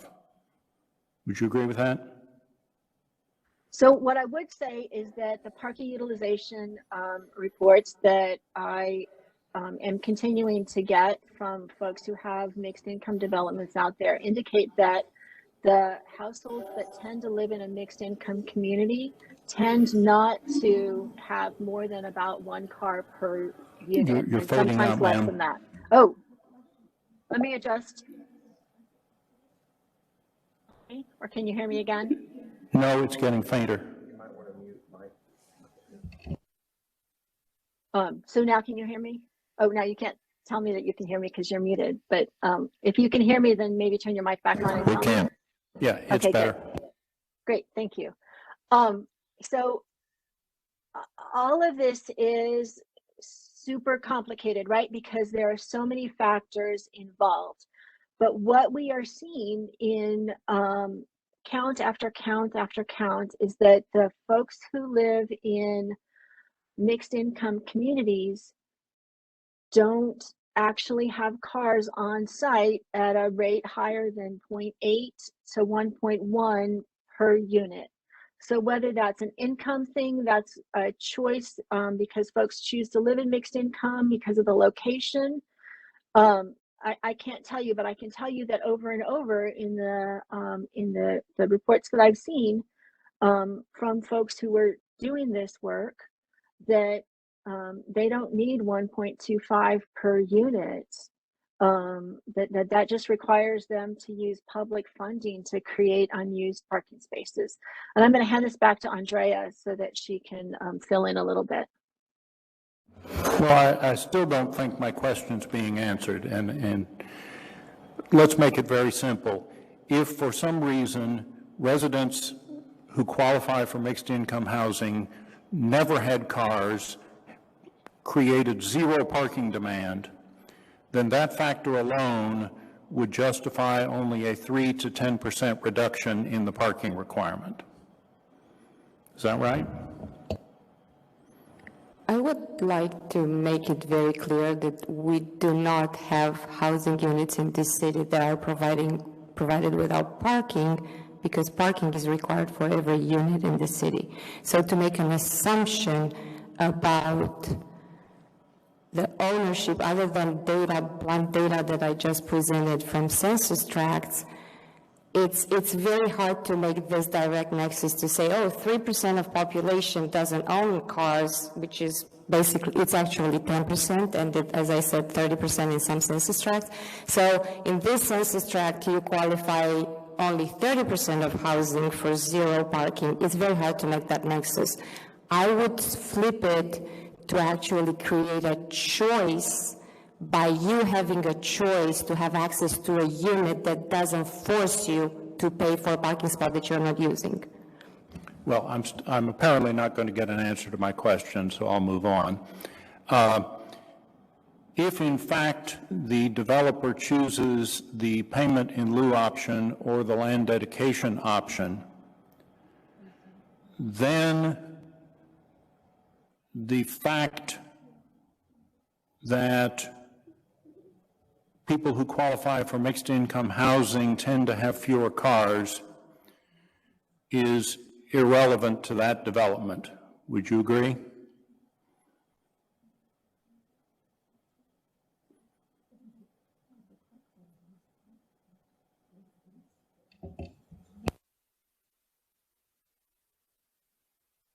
We have used this parking reduction as an incentive to encourage mixed income housing, knowing that our current regulations require way more parking than is necessary. What we've come to realize over the last year, and particularly as I've asked this information specifically from our developers who are using this bonus, that even this 1.25 that I honestly was a little bit nervous about back in 2016 is too much.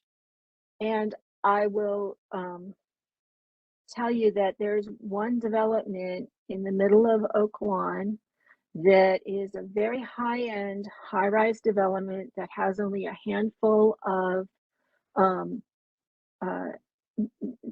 reserved units. They traded those reserved units for a very tiny parking reduction. And the data that the developer has given me just now is that on that site, once they finish leasing up, because we had to look at their existing occupancy, it's a new building, and then gross up the amount of actual parking spaces being used, they're going to have 176 vacant structured parking spaces in this site. So the benefit to the city is that if we stop requiring 176 excess parking spaces, we can charge a fee in lieu of those spaces and of the on-site required housing, and use that money to produce housing for folks who actually need it. With all due respect, ma'am, you did not answer my question, but I'll drop it. Commissioner Kingston. Thank you. I just want to make sure I'm understanding it. You concede that the average multifamily resident has 0.8 to 1.3 cars, and you're recommending a reduction in the parking to 0.5 and in some instances 0.25. Do I understand that correctly? Yes, because I'm asking for CPC to, will you mute please? Because I'm asking for us to stop requiring more parking than is necessary.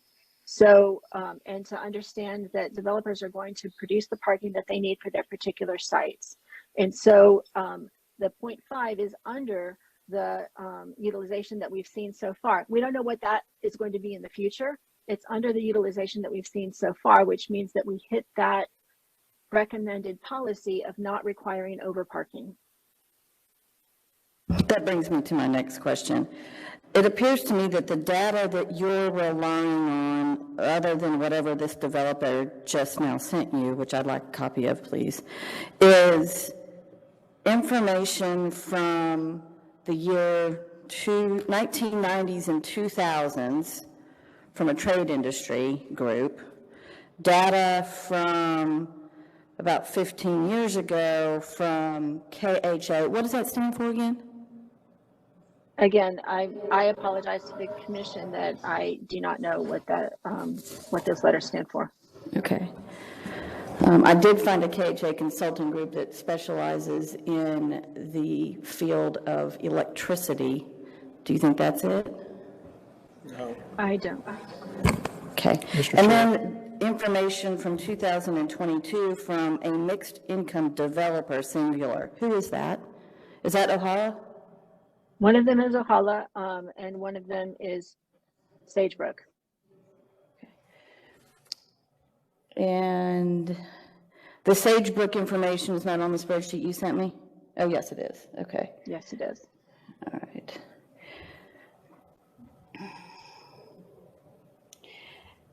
In looking at all of that data, I only see one project in Dallas. Is that correct? Yes, because Ohala is just now starting in Dallas, and so they gave us some.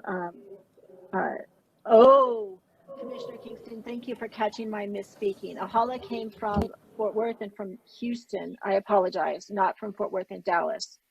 And the other one, Sagebrook, is all over the state, but not in Dallas because they're just now expanding here. But they're, you know, it's not another state. It's here in Texas. And these parking reductions now don't take into consideration proximity to other forms of transit besides single occupant vehicles. Is that correct? That's correct, because I didn't disaggregate the data for you from ITE, but there was a connection between additional uses nearby, you know, very mixed use areas, and a reduction in parking utilization that sometimes was related to transit and sometimes was not. So our recommendation is 0.5, and then we let the site figure out what above that is actually necessary for its particular site.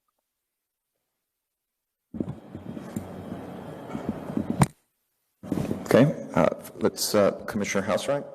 Thank you, Mr. Chair. Before I get to my question, I just wanted to offer, I believe KHA would be Kinley Horn Associates, a national civil engineering firm that specializes in that type of work. So, thank you. Ms. Thompson, I follow the logic about not overbuilding parking. I kind of wanted to drill down on the 0.5 versus, say, a 0.7 or a 0.8. I mean, I'm assuming that you're just trying to provide a clear signal to the market to think creatively about parking. Is that, or was there some engineering calculation process that landed on 0.5? There was not an engineering calculation process that landed on 0.5. Our recommendation is a policy recommendation to put into the regulations to require a minimum based on actual utilization and based on trends of lowered car ownership, and based on you know, frankly, anecdotes of quote unquote young people these days living within a $5 Uber ride of where they want to do things, rather than folks of my generation living within a 10 or 15 or 30-minute drive of where they want to do things. And so the car ownership is going down, and our recommendation is to plan for the future with this lower parking requirement. Sure, and again, I understand the principle. I'm just sort of looking at the 0.5. And so, as you've clarified a couple of times, that's a minimum. And so when a project comes through and a developer's lender is requiring 1.0, you're not going to, that's not going to be a problem, correct? That's correct. There is no, some folks may have been talking about parking maximums in other situations. In this recommendation, this is entirely and totally a parking minimum. So, you want to park at 3 per unit, have at it.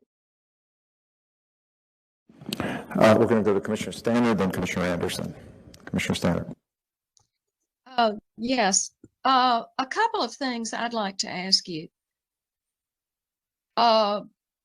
One, on the land where you can give the land dedication, is that always, or has that been identified as undeveloped land?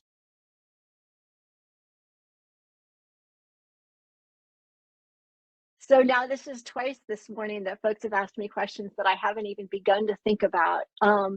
That recommendation is going to be in 20A and in the housing policy, and we'll brief it to HHS. And so I'm going to take your question and I'm going to go contemplate that. I don't have an answer for you right now. And that land dedication regulation is not in this, it's not in 51A.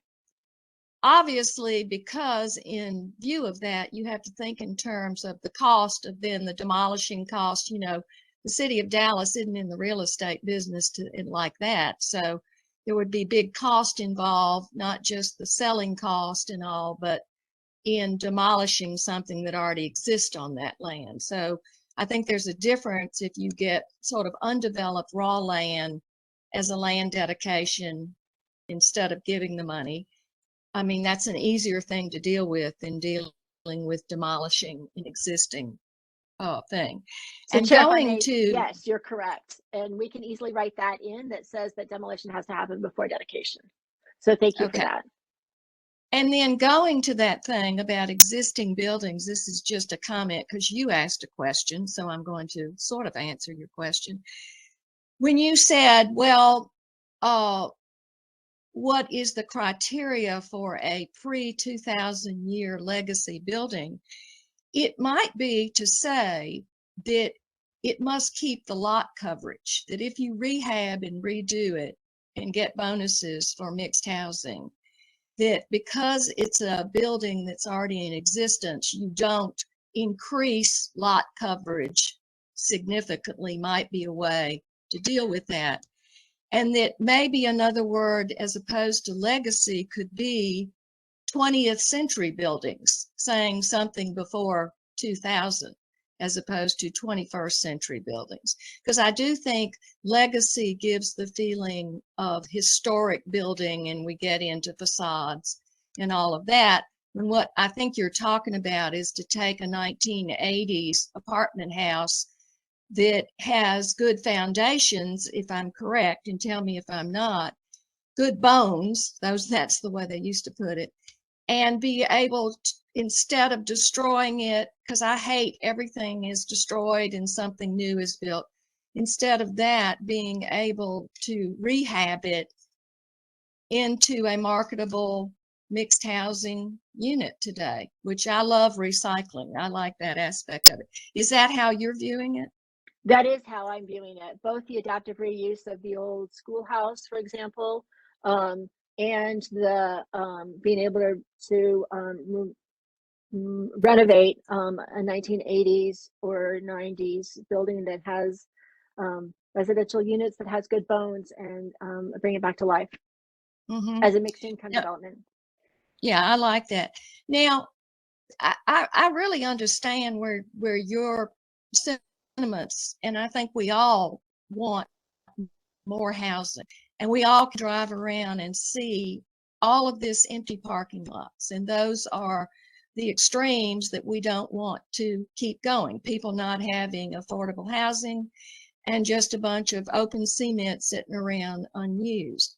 But to Commissioner Blair's point, I think we have to be a little careful, and I'm going to ask you about this, about what we're creating, because we don't want to create to the extent that every time a development comes to us, it must come in the form of PD to specialize, discuss what the parking requirements should be.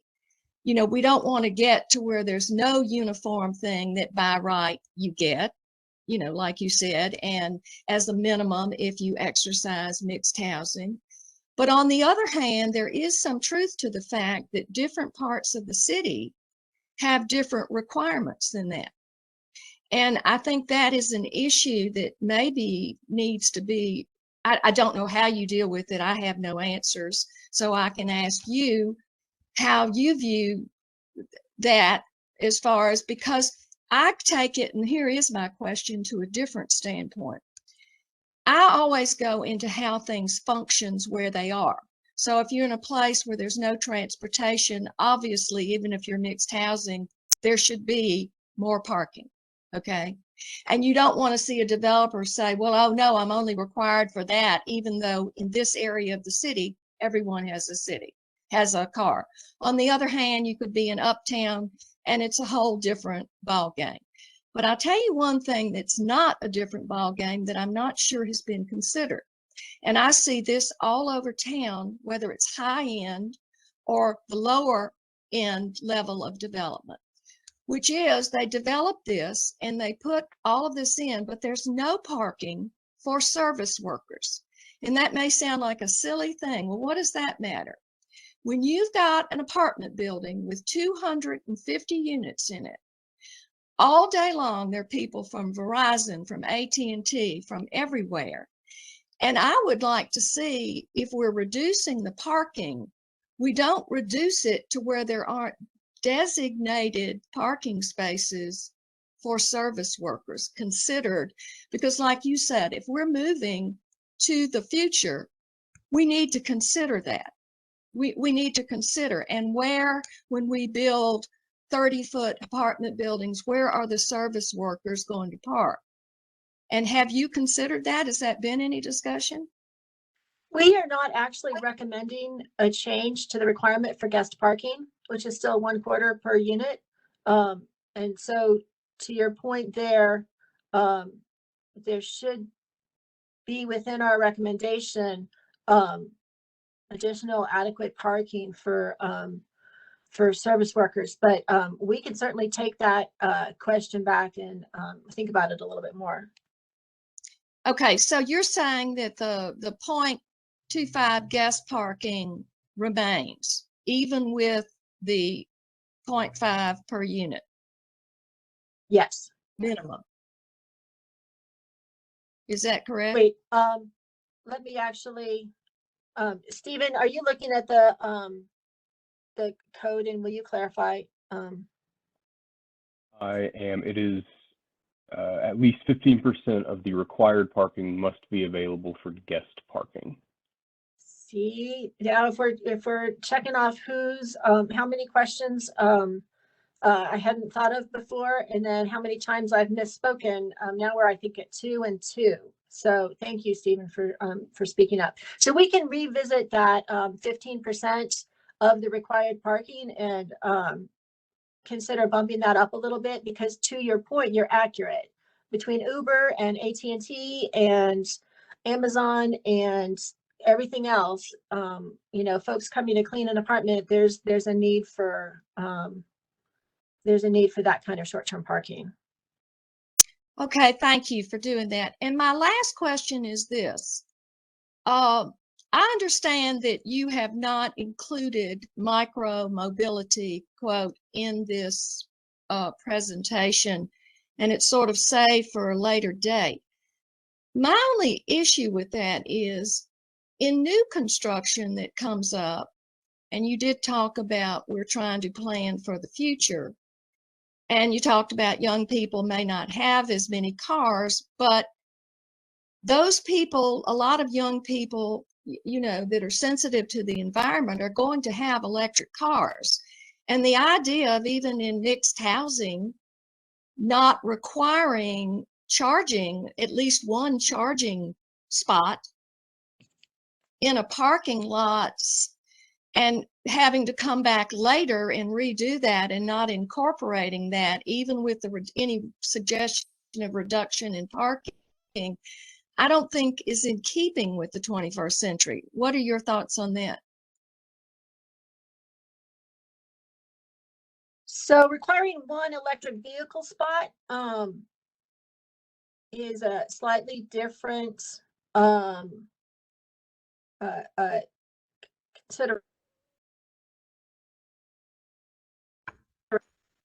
the micromobility, because the micromobility is more within the right of way, and I want to leave that to transportation.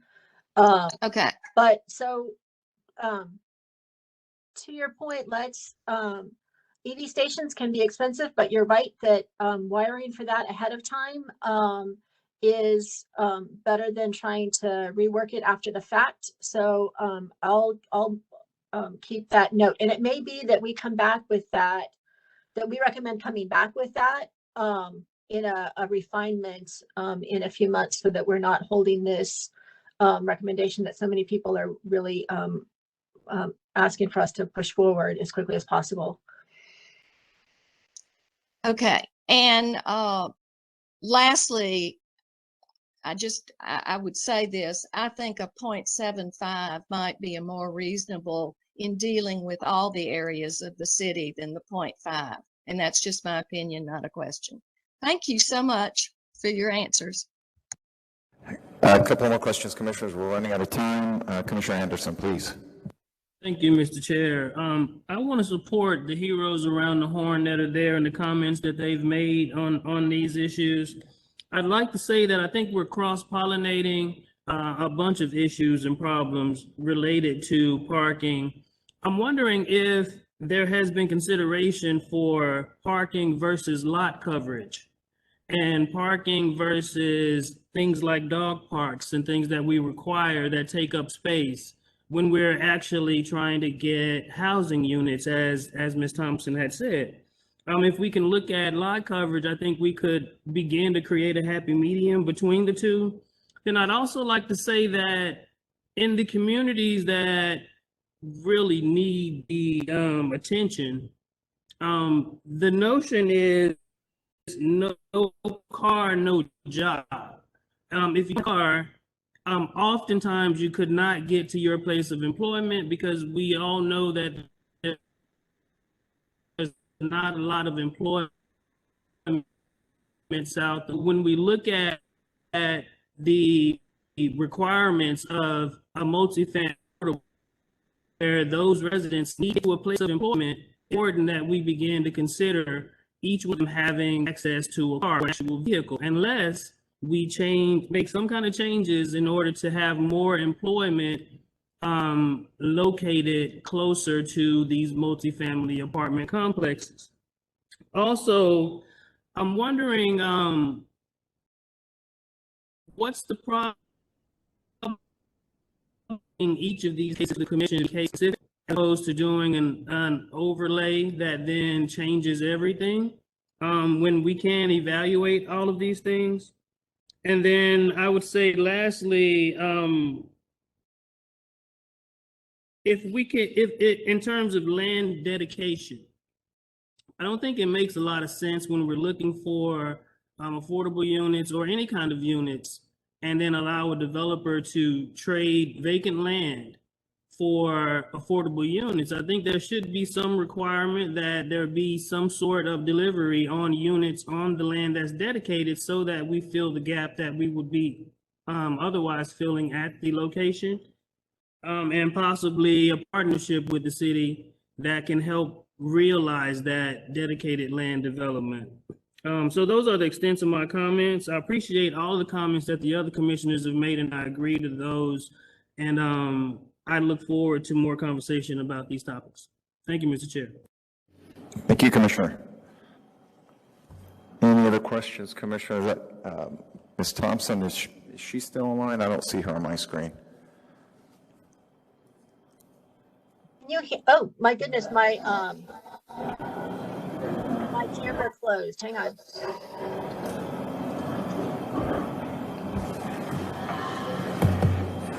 Okay, can you see me now? We can.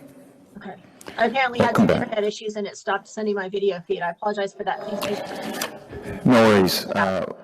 Ms. Thompson, actually, I have about 17 questions for you that I will save for another time.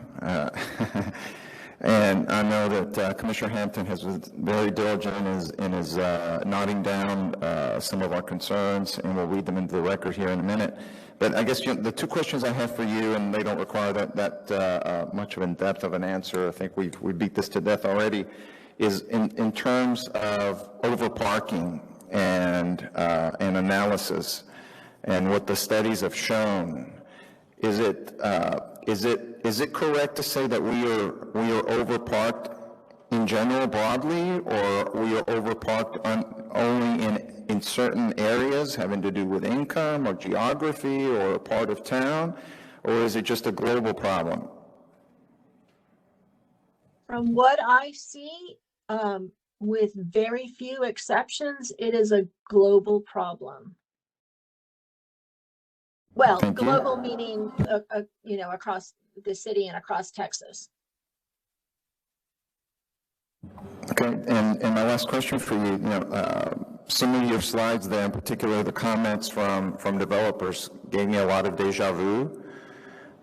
Lots of flashbacks. So my question to you, when you look at the stakeholders here, where you have the property owners, the developers, the tenants, the neighborhoods, who has the greatest incentive to make sure that these developments are not underparked?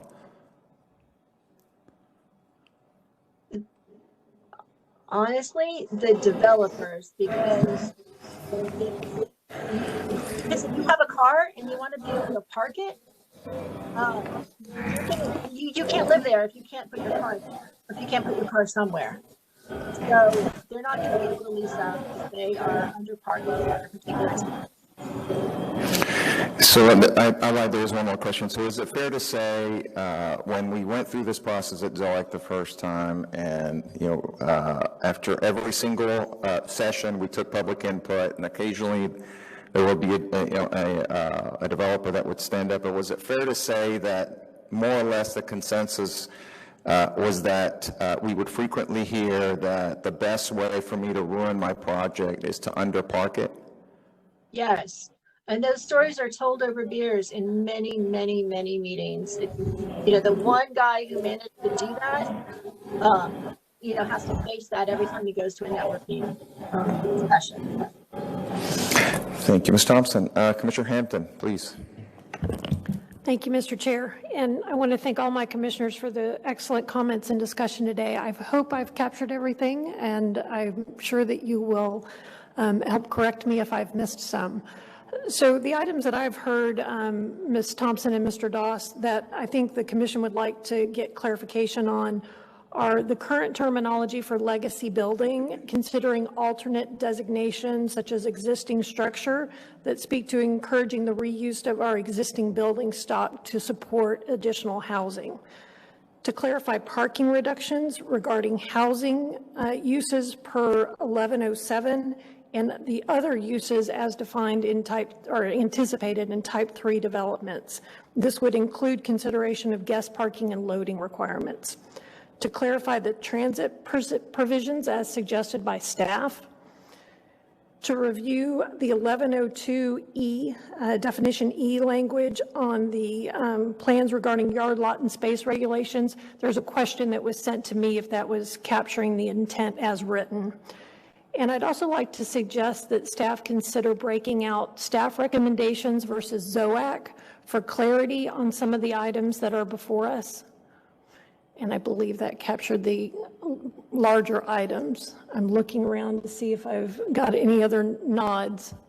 So I did include, and the transit provisions would include the transit proximity requirement. Thank you, Mr. Chair. Thank you very much, Commissioner Hampton. Commissioners, it is 11:40. Let's go ahead and take our lunch break. It's going to have to be a working lunch today so we can catch up into the docket. There are lots of cases getting held, by the way, so I hope that we can make the time up. Let's take a 20-minute break and be back online at noon.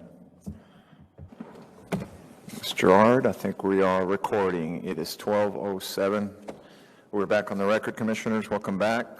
Hope you enjoyed your very brief lunch. We're going to get back into the docket. go back to page number 3 and begin with the miscellaneous items. And seeing none, all those in favor, please say aye. Any opposed? Ayes have it. Commissioners, we are going to rearrange the docket a little bit and take the public input on the mixed income housing ordinance.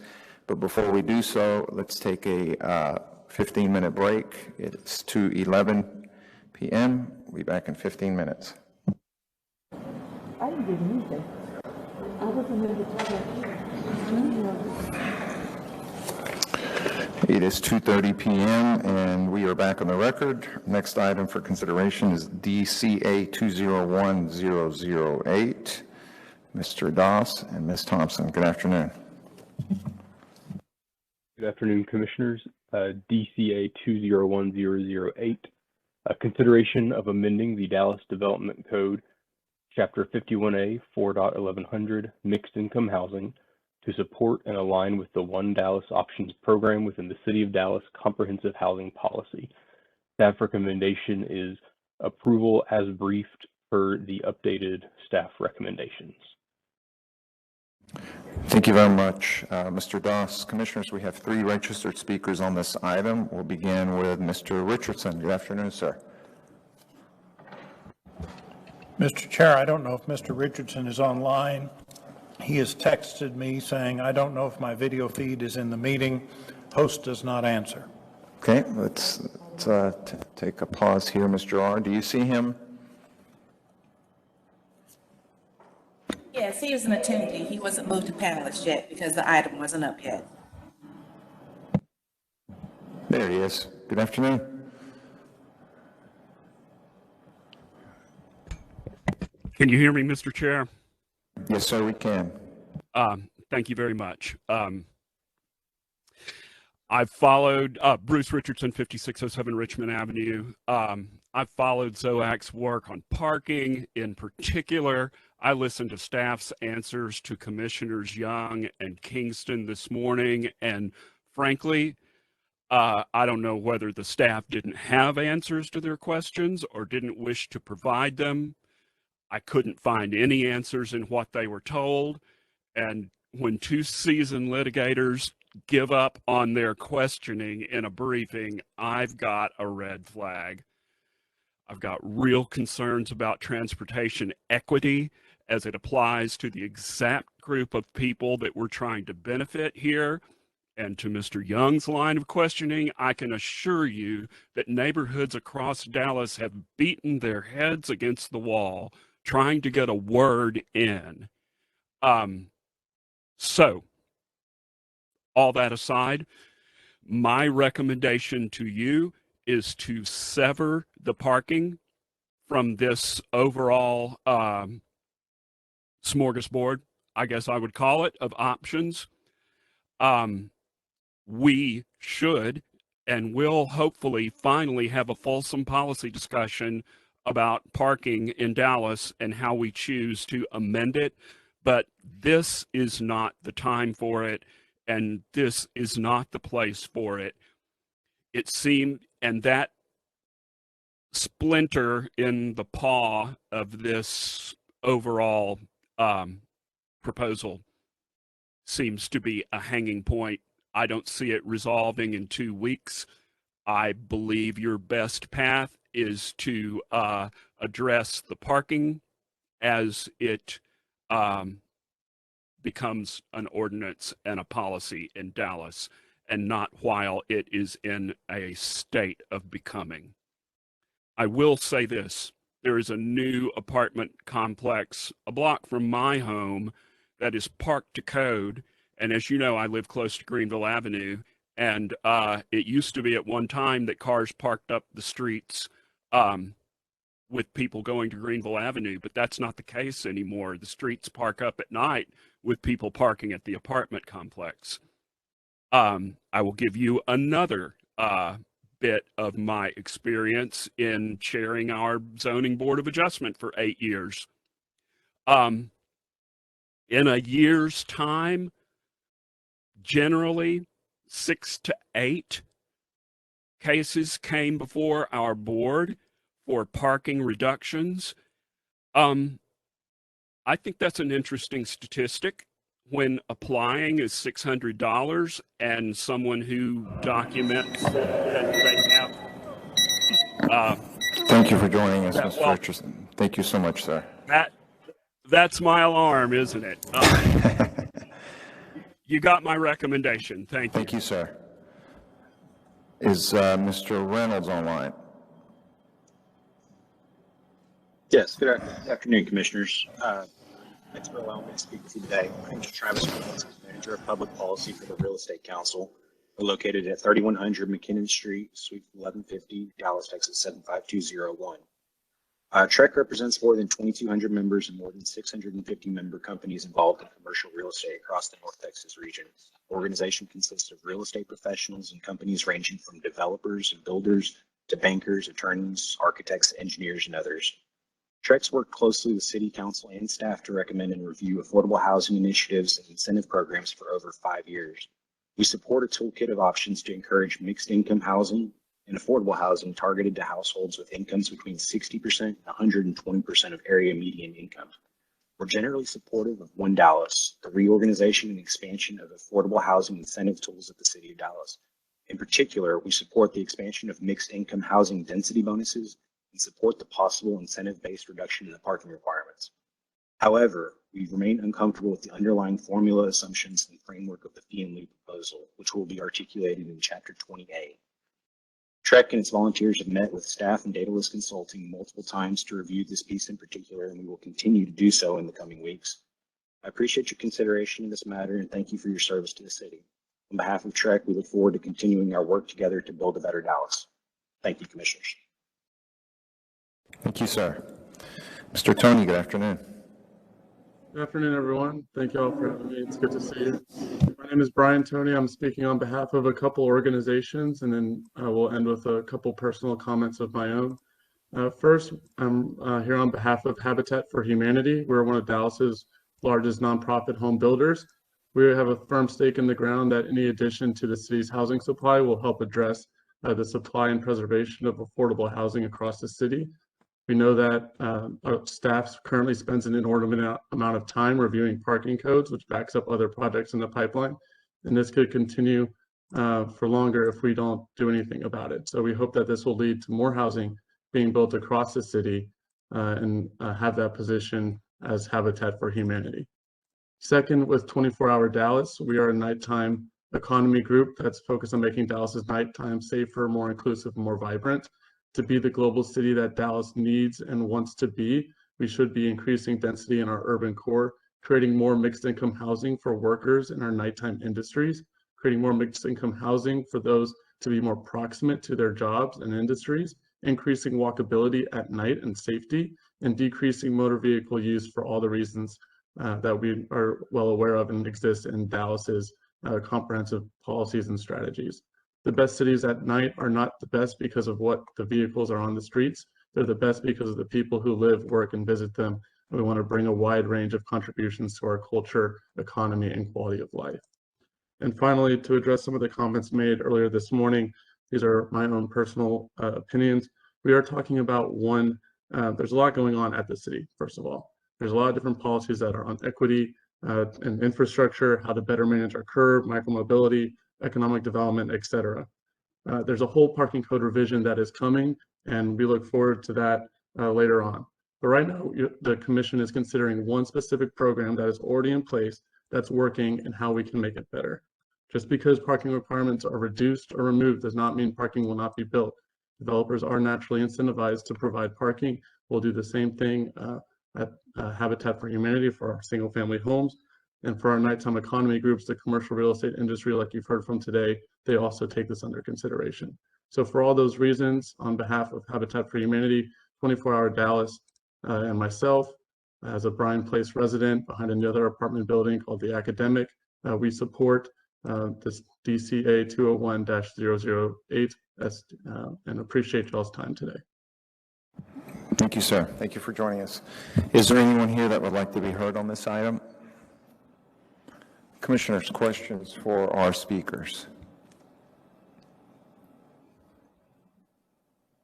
Any questions for our speakers, commissioners?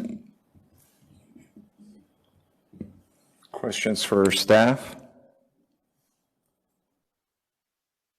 Okay, seeing none, Commissioner Hampton, do you have a motion? I do. Thank you, Mr. Chair.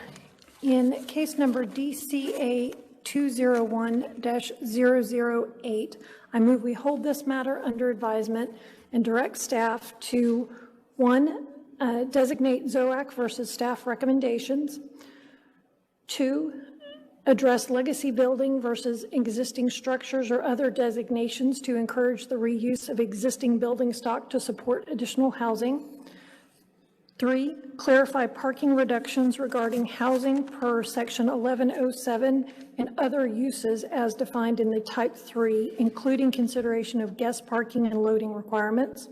4, clarify transit provisions as suggested by staff, including transit proximity. 5, review the language in 1102E regarding the lot space and coverage regulations, and would suggest at our next briefing that we include items that are within 20A as an update to the commission on other areas that are being evaluated as a part of the One Dallas program. And if I have a second, I have very brief comments. Oh, sorry. Hold until March the 3rd. March the 3rd. You do have a second. Thank you, Commissioner Rubin, for your second comments. Commissioner Hampton. Thank you. I appreciate our speakers being here today. I think we had a good discussion during our briefing this morning that I know many tuned into. There are a lot of questions that I think are still coming out of this, and there is a clear need to enhance our existing housing policy, and I want to commend Ms. Thompson and Mr. Doss for all of their efforts in that regard. I think we are all unified in making sure that this is the strongest program that we can have. You know, in all the meetings that we had at ZOAC, there was never a question about moving this forward. It was about how do we make it the best policy that we can and identify areas where we know we need to come back and look at other items. So I look forward to this coming back and continuing the discussion with our fellow commissioners. Thank you, Mr. Chair. Thank you, Commissioner. Any other comments? Commissioner Kingston. Thank you.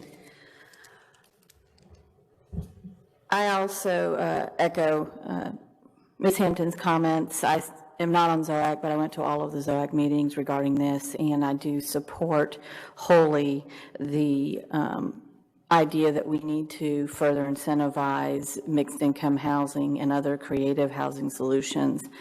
My primary concern with the proposal that is before us is that we seem to be considering trading a housing problem for a parking problem that's not supported by data, that's not supported by good data or data that has been, you know, relevant in the last 20 years.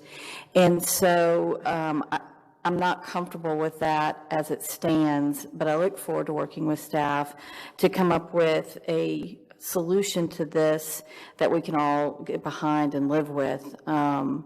And I want to be clear that I am not opposed to modifications of the parking code.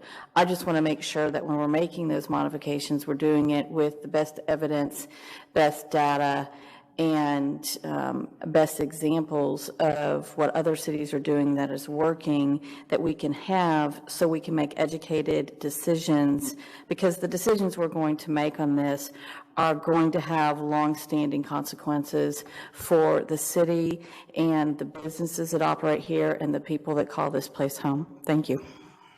Thank you. Any other comments, commissioners? Okay, seeing none, the matter of DCA 201-008, I have a motion by Commissioner Hampton, second by Commissioner Rubin to keep the public hearing open. Hold the matter under advisement until March 3rd, directing staff, I think, to the 6 items that were read into the record. All those in favor, please say aye. Aye. Aye. Any opposed? Ayes have it. Thank you for joining us. Commissioners, will go back to our docket.